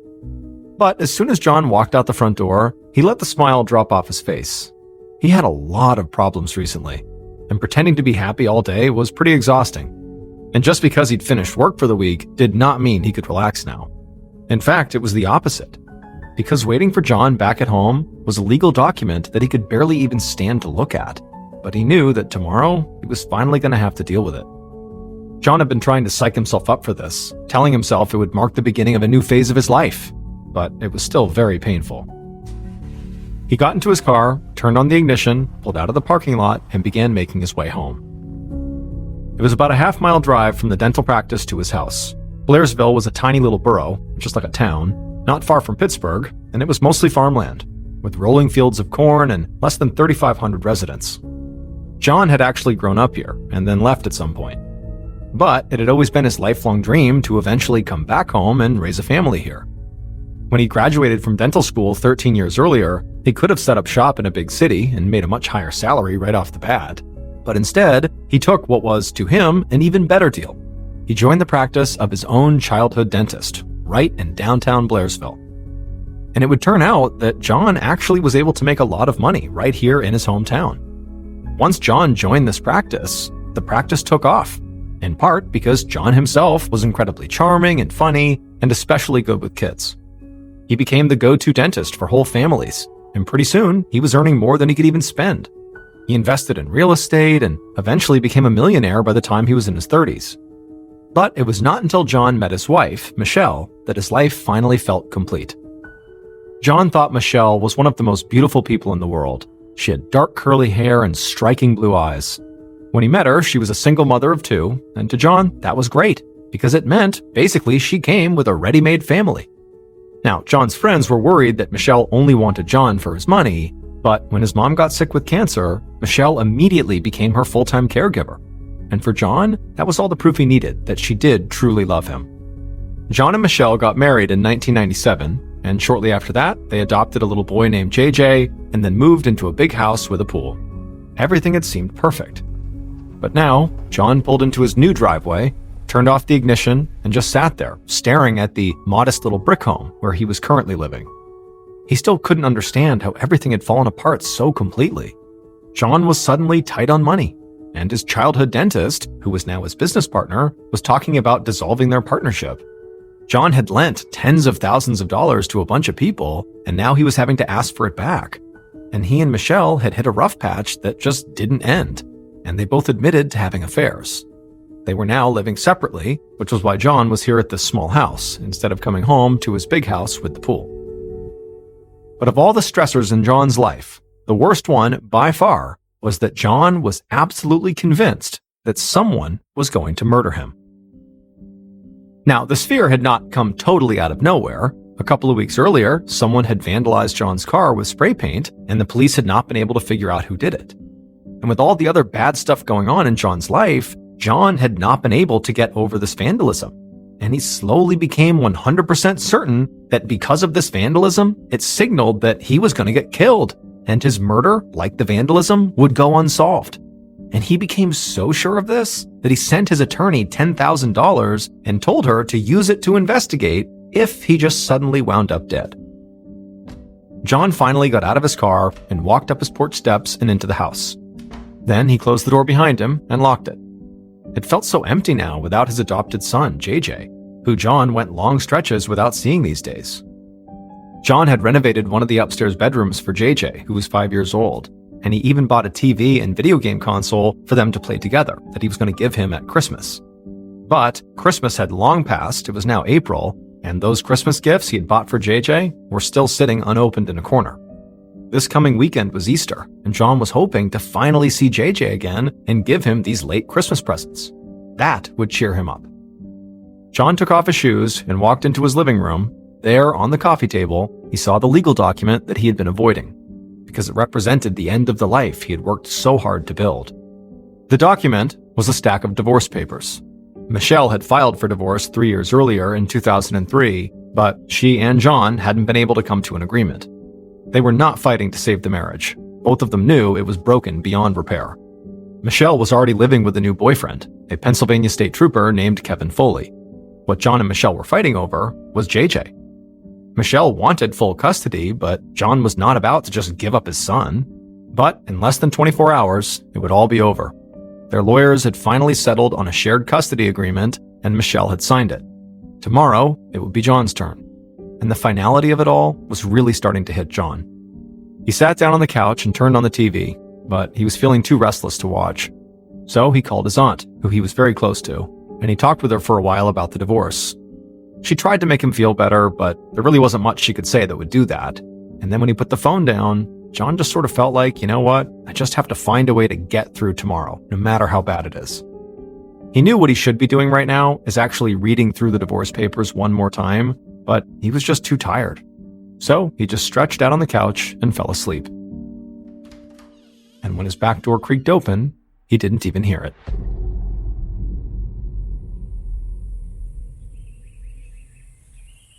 The following day, around 3:30 p.m., a 9-year-old boy named Zach Use, who lived next door to John, walked out the front door of his parents' house and across the lawn towards John's house.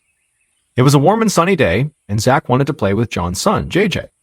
Now, JJ hadn't been around for quite a while, but he did split time between his mother and father's homes, and so Zach had no idea if JJ was here today, but he figured it was worth a shot. But before Zach even climbed up the front steps to John and JJ's house, he saw that something was wrong. There was broken glass all over the porch in front of the door. Zach paused for a second and scanned the porch, looking for where this glass came from, and he noticed the little glass panel to the left of the door had been shattered.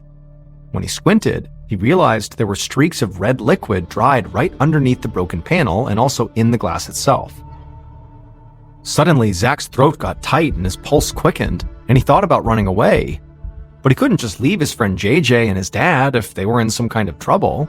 So Zach slowly and nervously climbed up the steps to the door and tried the doorknob. But he found it was locked. As carefully as he could, Zach stuck his hand through the broken glass panel and reached up and unlocked the deadbolt. Then he pulled his arm back out, turned the doorknob, and opened the door. At first, when Zach stepped inside the house, he couldn't really process what he was even looking at. There were papers strewn all over the floor, and Zach could clearly see JJ's dad. But JJ's dad, John, was laying motionless face up on the floor inside the living room. It took Zach a second to realize that the floor all around John was soaked with blood. And when Zach looked more closely at John, he realized John's throat had been slit from ear to ear. Zach turned and ran.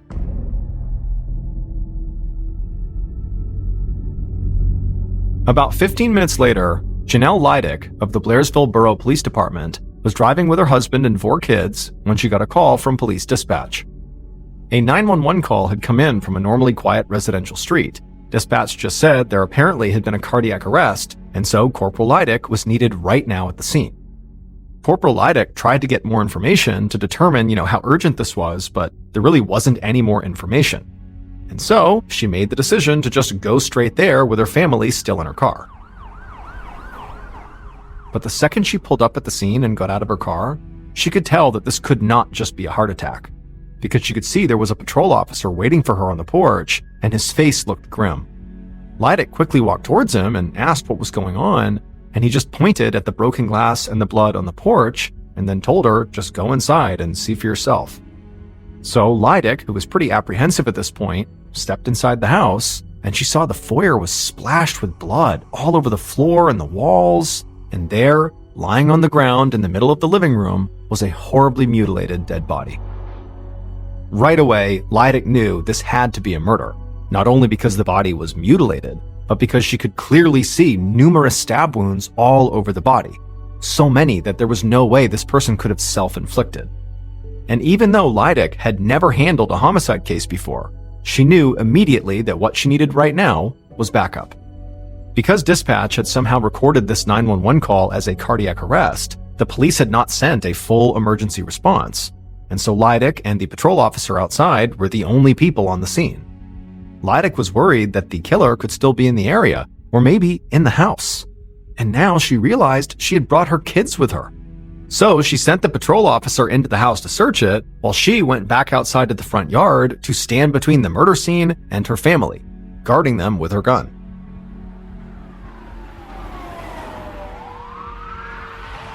It was not long before a fleet of police cars, fire trucks, and ambulances descended on this quiet residential street. At the same time, the patrol officer who had searched the house came outside to report that it was empty. The killer, whoever they were, was gone. The only thing the officer had found was a huge puddle of blood in the basement where the victim clearly had bled through from the floor above. Once her backup arrived on scene and she had sent her family home, Corporal Leidick went back inside the house to assess just what kind of crime scene she was looking at. By now, she had the victim's name, John Yelnick. As the crime scene technicians started their work processing the physical evidence, Leidick began a slow walk through each room, trying to get a sense of who John was and how he died. John's body was close to the front door, but it was clear that the attack that preceded his death had been long and chaotic.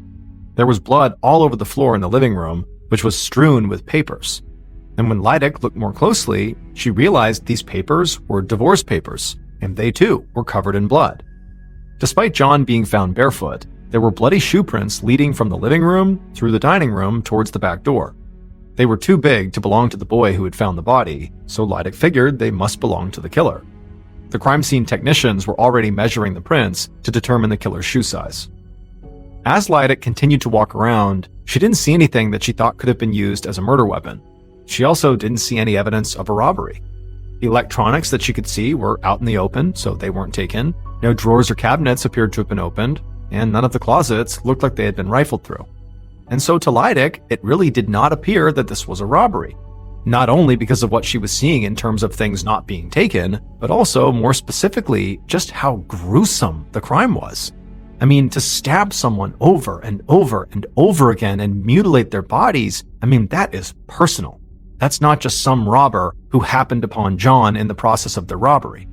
So very likely, whoever the killer was, the only thing they wanted to do when they entered this home was for John to die. Leidick finished her sweep of the scene, ending up back in the living room, where it looked to her like the attack had most likely begun. And that's when she noticed a check lying on the coffee table. She had overlooked it somehow before, but now she bent over to read it. The check was made out to the victim, John Yelnick, for the amount of $15,000 from the bank account of somebody named Melissa Use. When she saw this last name, Leidick did a double take. Use was the last name of the boy, the neighbor, who had discovered the body. She wondered if Melissa Use was related to that boy. Attached to this check was also a note asking John to hold off for a few days before depositing it. And so at this point, Corporal Leidick had two good leads. The first lead was her victim clearly was in the middle of a divorce. And the second lead was someone, maybe his next door neighbor, whoever this Melissa Use person was, owed him a lot of money that apparently she could not quite afford to pay back just yet.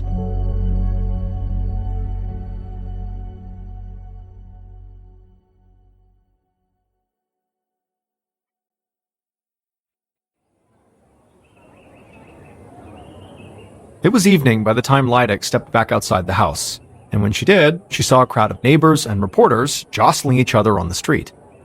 Blairsville almost never had murders, and she knew this was going to be a big story. She needed to head back to the station to get organized for interviews tomorrow. But before she could walk down the steps, one of the other officers on scene came up to her with an update. Police had fanned out to question the neighbors and see if they had heard anything, and they'd come back with two very interesting stories. The first account came from a woman who said that around 1:30 that morning, she had heard a scream. It woke her up, and she had run to check on her kids, but her kids had been fine, so she had just gone back to bed, thinking she was just being jumpy. The second account came from another neighbor who had heard something a bit more specific. Right around the same time that first neighbor had heard the scream, or maybe a little bit after that, this neighbor heard a man yelling in what sounded like a heated argument. The neighbor couldn't make out everything the man said, but they definitely heard one sentence very clearly, and that was, "I'll never loan you money again." Instantly, Lydic thought of the $15,000 check on the coffee table. The officer had one more important piece of information for Lydic. In addition to these witness statements, a lot of John's neighbors had told the police that there was one family on the block that detectives should really look into, and that was the Use family. The Use boy, Zach, was the one who found the body, and it was his mother, Melissa Use, whose name was on that check. And there was one more member of the Use family, and that was Melissa's husband, Tom. Tom was in the Navy, and he was away a lot, but over the last 24 hours, he had been home, so he was here when John was killed. Critically, the neighbors told the cops that there were rumors that Melissa Use and John Yelnick were having an affair. And so when Lydic heard this, she knew exactly where her investigation was going to start. The following day, April 14th, Lydic had Melissa and Tom Use brought down to the station and put in an interview room for questioning. At this point, so early in the investigation, Lydic was casting a very wide net. She had never done a murder case before, but she was methodical by nature and liked to do everything slowly and thoroughly. She even talked slowly in a kind of monotone voice, and she didn't like it when anyone tried to rush her. So her plan was to go pretty hard at Melissa and Tom Use because of that $15,000 check, the rumors of the affair, and the witness account of a fight about loaned money on the night of the murder. But Lydic was also very interested in John's soon-to-be ex-wife, Michelle. The night before, Lydic had sent a police officer to tell Michelle that her husband was dead. But when the officer got to Michelle's house, he found that she somehow already knew, although she said she had heard that John died of a heart attack. The officer had broken the news to Michelle and her boyfriend Kevin Foley, who was there, that no, John had actually been murdered. And when he told them that, Michelle had seemed, or at least acted, genuinely shocked.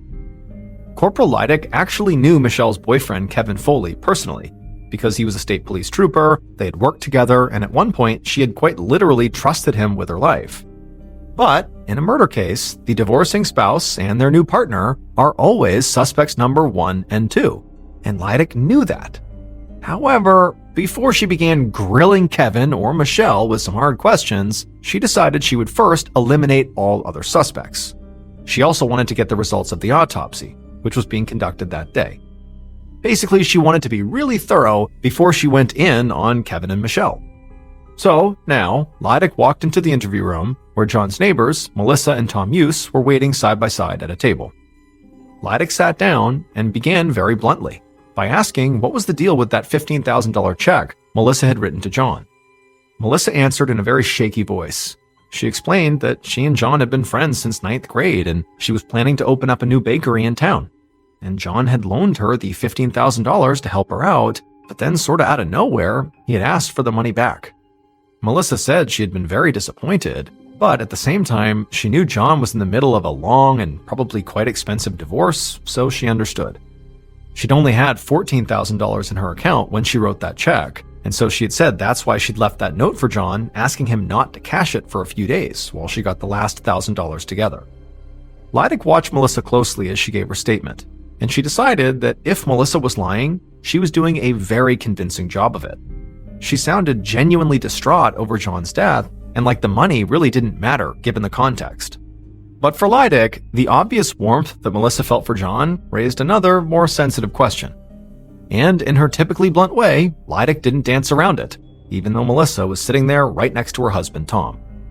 Lydic looked right at Melissa and said, "Were you having an affair with John?" Melissa instantly went red and said no. She said they were close friends, but nothing more. Lydic turned to Melissa's husband, Tom.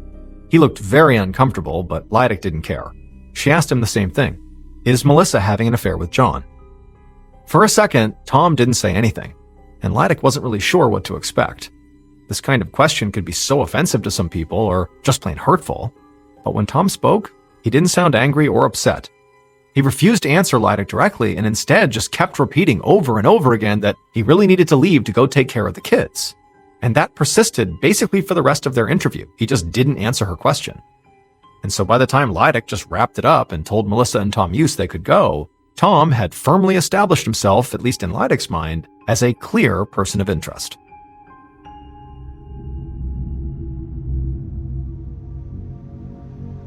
Before Lydic left the station for the day, she checked in with one of her police officers who she had sent to go observe the autopsy of her victim.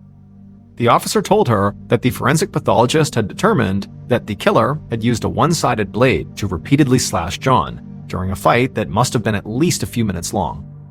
John had clear defensive wounds on his hands as well as cuts on his back, which suggested he'd tried to run away. And in addition to the knife wounds, his jugular had also been cut by glass. It was an absolutely brutal way to kill someone. Everyone that Lydic and her officers had spoken to had described John Yelnick in glowing terms. He was a simple guy who loved classic movies and old music and liked to dance the polka even though he was terrible at it. At his dental practice, his favorite patients were the kids, who he could always make laugh. He was a devoted dad who loved going to his stepson's hockey games. It just didn't square with the violence described in the autopsy report. Somebody had hated him enough to basically hack him to death in a wild frenzy. Corporal Lydic felt like she had one very good suspect in Tom Hughes. I mean, he had acted very suspicious in the interview, and because he didn't answer the question about the affair, maybe he thought his wife was having an affair with John, and that's why he attacked John. However, because Lydic had never done a homicide investigation before, she was very weary of not focusing too hard on one lead or one suspect. She wanted to keep her mind open and make sure she didn't miss anything.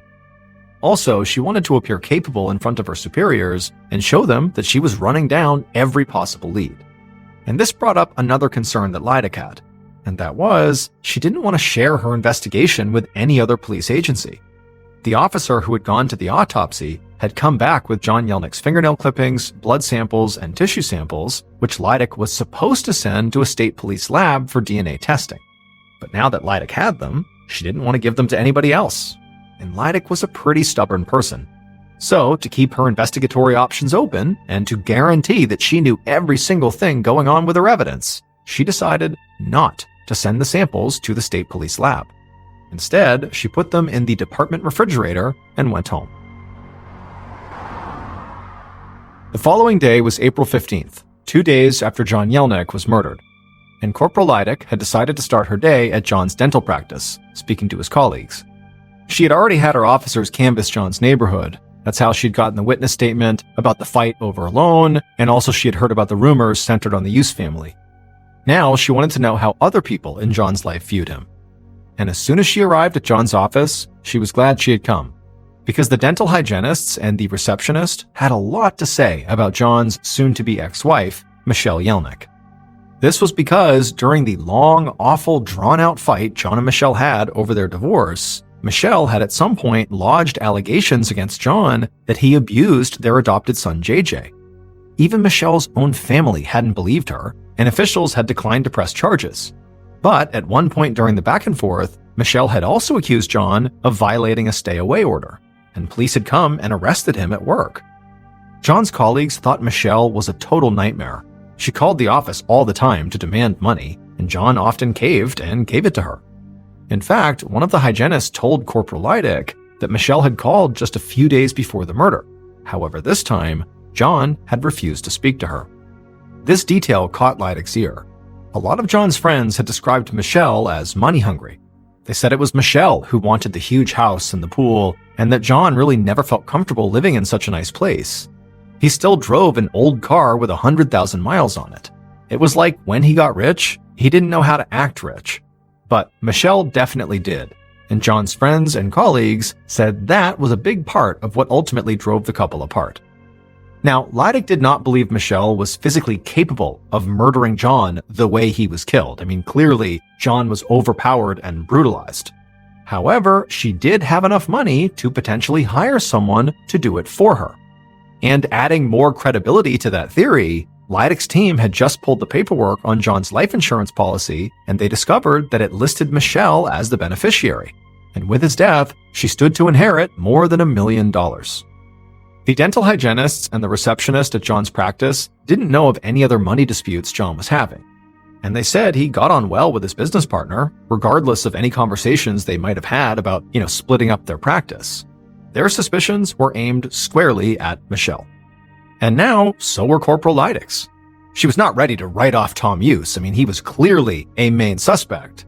But it sort of felt like she now had two major suspects, Tom and Michelle.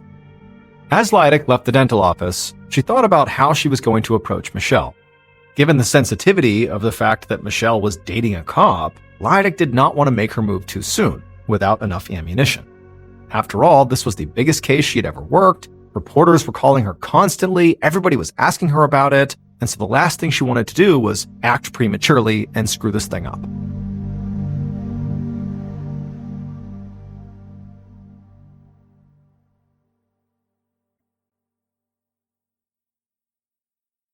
John Yelnick's funeral was held on Wednesday, April 19th, 6 days after his murder.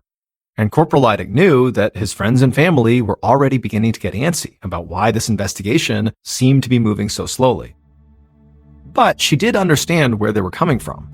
After all, John himself had been convinced he was about to be murdered and that the case would never be solved, and he was very vocal about it, and so Leidig could see that it was starting to look to the people that loved him like his prediction was coming true. But Leidig also felt like John's friends and family simply didn't understand. Leidig was being careful, not just slow. She was a perfectionist, and she wanted to do the investigation her way. Without any departmental guidance on how to actually work a homicide, she had developed a method of her own. She knew that some homicide detectives like to start their investigations with the people closest to their victim, but Leidig was going to focus on the outside edges of the case and work her way in. She felt like this was the most methodical approach. So, for the next several months, Leidig did that and took her time. The crime scene unit had not turned up any matchable DNA or fingerprints at the scene, and the bloody footprints they found didn't belong to any of Leidig's suspects. Leidig still had not turned in the evidence she had stored in the Blairsville refrigerator, so for now, she was relying on interviews. Leidig ran down every single tip and rumor she found, systematically ruling things out one by one. She had heard talk that John's partner in the dental practice wanted to stop working together, so she questioned him, but quickly ruled him out. Just like the hygienist and the receptionist at the practice had said, the men were close friends with no bad blood. They just maybe didn't want to work together. Leidig had heard lots of talk about how generous John was, so she tracked down every single person she could who John had lent money to. One of those people was John's cousin, Tracy Jacobs. Tracy had borrowed $20,000 to start a lawn care business, and so Leidig brought Tracy down to the station to take a lie detector test. But Tracy passed. And as spring became summer, that was just how it went. Leidig brought one person after another down to the station, made them take lie detector tests, and then scratched them off her list. As she did this, she kept tabs on her two best suspects, Tom Use and Michelle Yelnick, but she made no move to arrest either one. Sometimes the complaints from the public and from John Yelnick's family about her failure to solve the case quickly did get to her, but she felt like she was doing the best job she could. She was doing this maybe a little bit unorthodox, but she felt like she was on the right path. That was until Melissa Use hired a pair of psychics.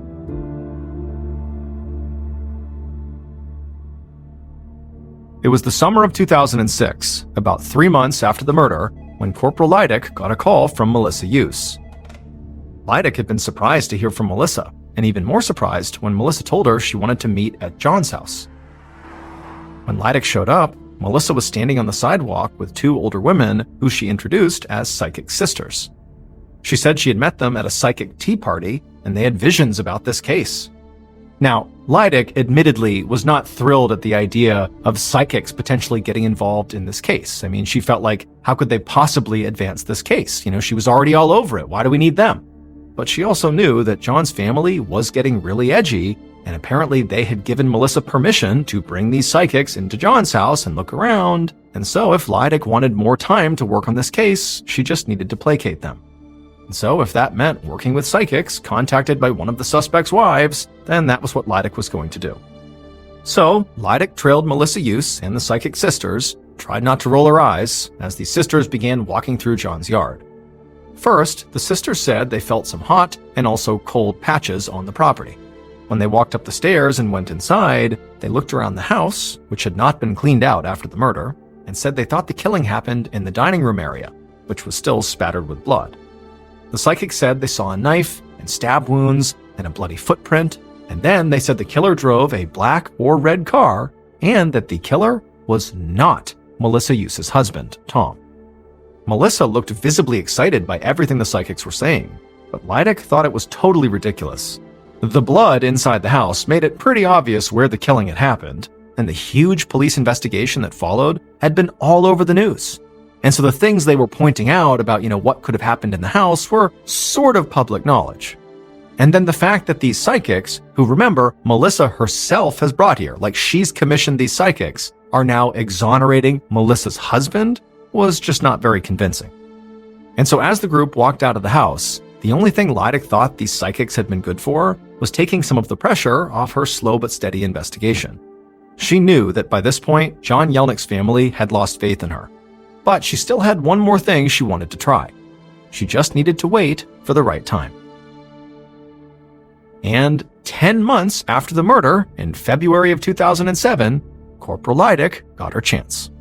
John's cousins made an impassioned plea to the Pennsylvania Attorney General's office to take over the investigation from Corporal Leidig. Leidig's cooperation with the psychics had bought her a little bit of goodwill and time with the families, but ultimately, both John's family and Melissa Use had gotten more and more agitated by Leidig's slow pace. They began to feel like the psychics had given them as much information as Leidig had. And the Attorney General agreed. Not enough progress was being made. This meant that Leidig was losing her case. And on one hand, this was exactly the thing that she'd been most worried about, that some bigger agency would come in and take over her investigation. But the Attorney General's office was not the agency Leidig had expected to do that. And so now, even though it stung, Leidig realized that she could finally make the play she had been sitting on for almost a year. She went to the refrigerator in the Blairsville police station and she took out the container of fingernail clippings that her officer had brought back from John Yelnick's autopsy, which had been conducted the day after the murder. Leidig had been supposed to send the fingernails along with the other tissue samples to the state police crime lab, but in what she knew was probably a breach of protocol, she had not done that. Instead, she had hidden them in this fridge. But now, with the Attorney General very publicly stepping in and getting involved in this case, it sort of made the case much more high profile, which in turn allowed Leidig to send these samples directly to the federal crime lab or the FBI crime lab.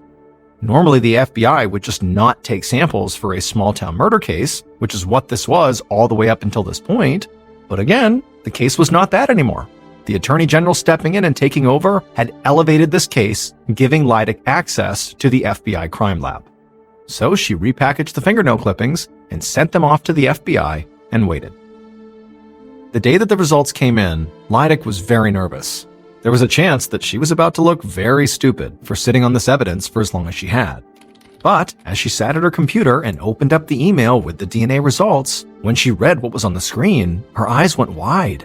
She almost couldn't believe what she was looking at, because her strategy of slow playing the investigation had totally paid off.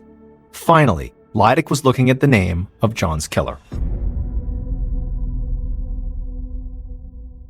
Based on evidence collected at the crime scene and then tested by the FBI, the following is a reconstruction of what authorities believe happened to John Yelnick in the early hours of April 13th, 2006.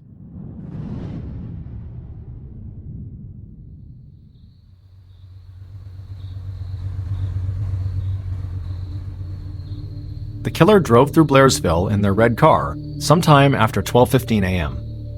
A little after 12:30 a.m., they drove down a quiet residential street and pulled up to a modest little brick home, and then cut their lights. They climbed out of their car and looked around to make sure nobody was watching, but the neighborhood was dark. As quietly as they could, they crept around to the back of the house and slipped inside, going through an unlocked back door. They walked through the kitchen, then the dining room, and into the living room, where they found John asleep on the couch. The killer gripped a single-edged knife in their fist, and they raised it in the air and then brought it down on John.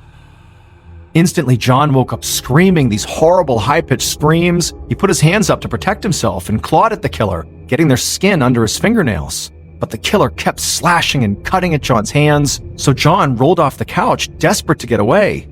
As John stumbled in the dark, the killer chased after him, and at some point they began to wrestle, knocking the divorce papers on the coffee table onto the floor, where John's blood splashed all over them as he flailed his wounded arms. John finally broke away and ran for the front door, but the killer was close behind, still slashing at John's back. John made it out of the living room and into the foyer, and he was reaching for the front door when the killer shoved him. John's head broke through the glass, and he made a strangled sound as the broken shards severed his jugular. The killer yanked John back into the house, wary of waking up the neighbors. By now, John was already clearly dying, but the killer decided they couldn't leave anything to chance.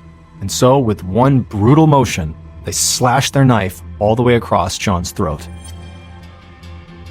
The killer let John slump to the ground, and then they watched until John went still. Then, the killer turned and left the home. The killer was confident they would never be caught, because they knew the police in Blairsville quite literally trusted them with their lives. John's killer was not Tom Hughes, or Michelle Yelnick, or a hitman hired by Michelle. However, the killer was connected to Michelle. It was Pennsylvania State Police Trooper Kevin Foley, Michelle's new boyfriend.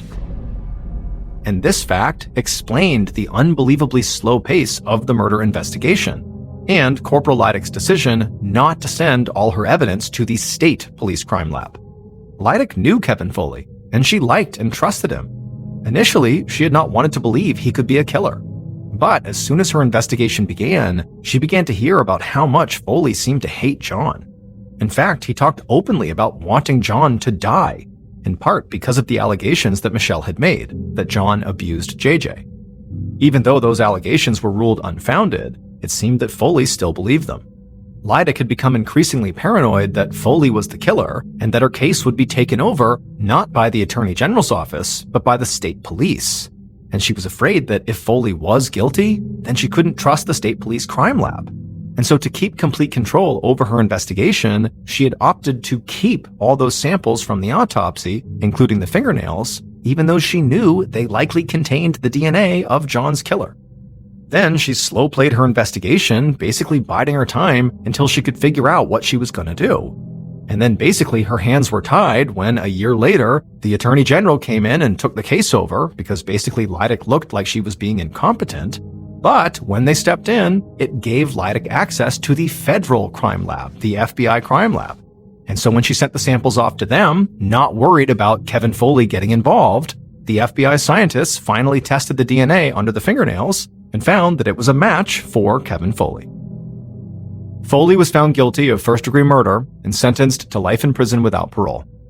Michelle was not charged in connection with the case.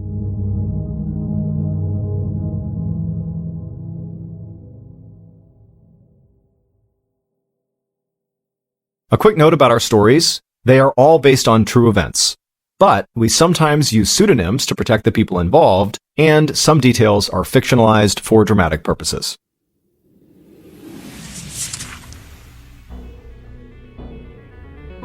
Thank you for listening to the Mr. Ballen podcast. If you enjoyed today's stories and you're looking for more bone-chilling content, be sure to check out all of our studio's podcasts. There's this one, of course, the Mr. Ballen podcast, and there's Mr. Ballen's Medical Mysteries, Bedtime Stories, Wartime Stories, Runful, Redacted, and Late Nights with Nexpo. All you have to do is search for Ballen Studios wherever you get your podcasts. To watch hundreds more stories just like this one, head over to our YouTube channel, which is just called Mr. Ballen. So that's going to do it. I really appreciate your support. Until next time, see ya.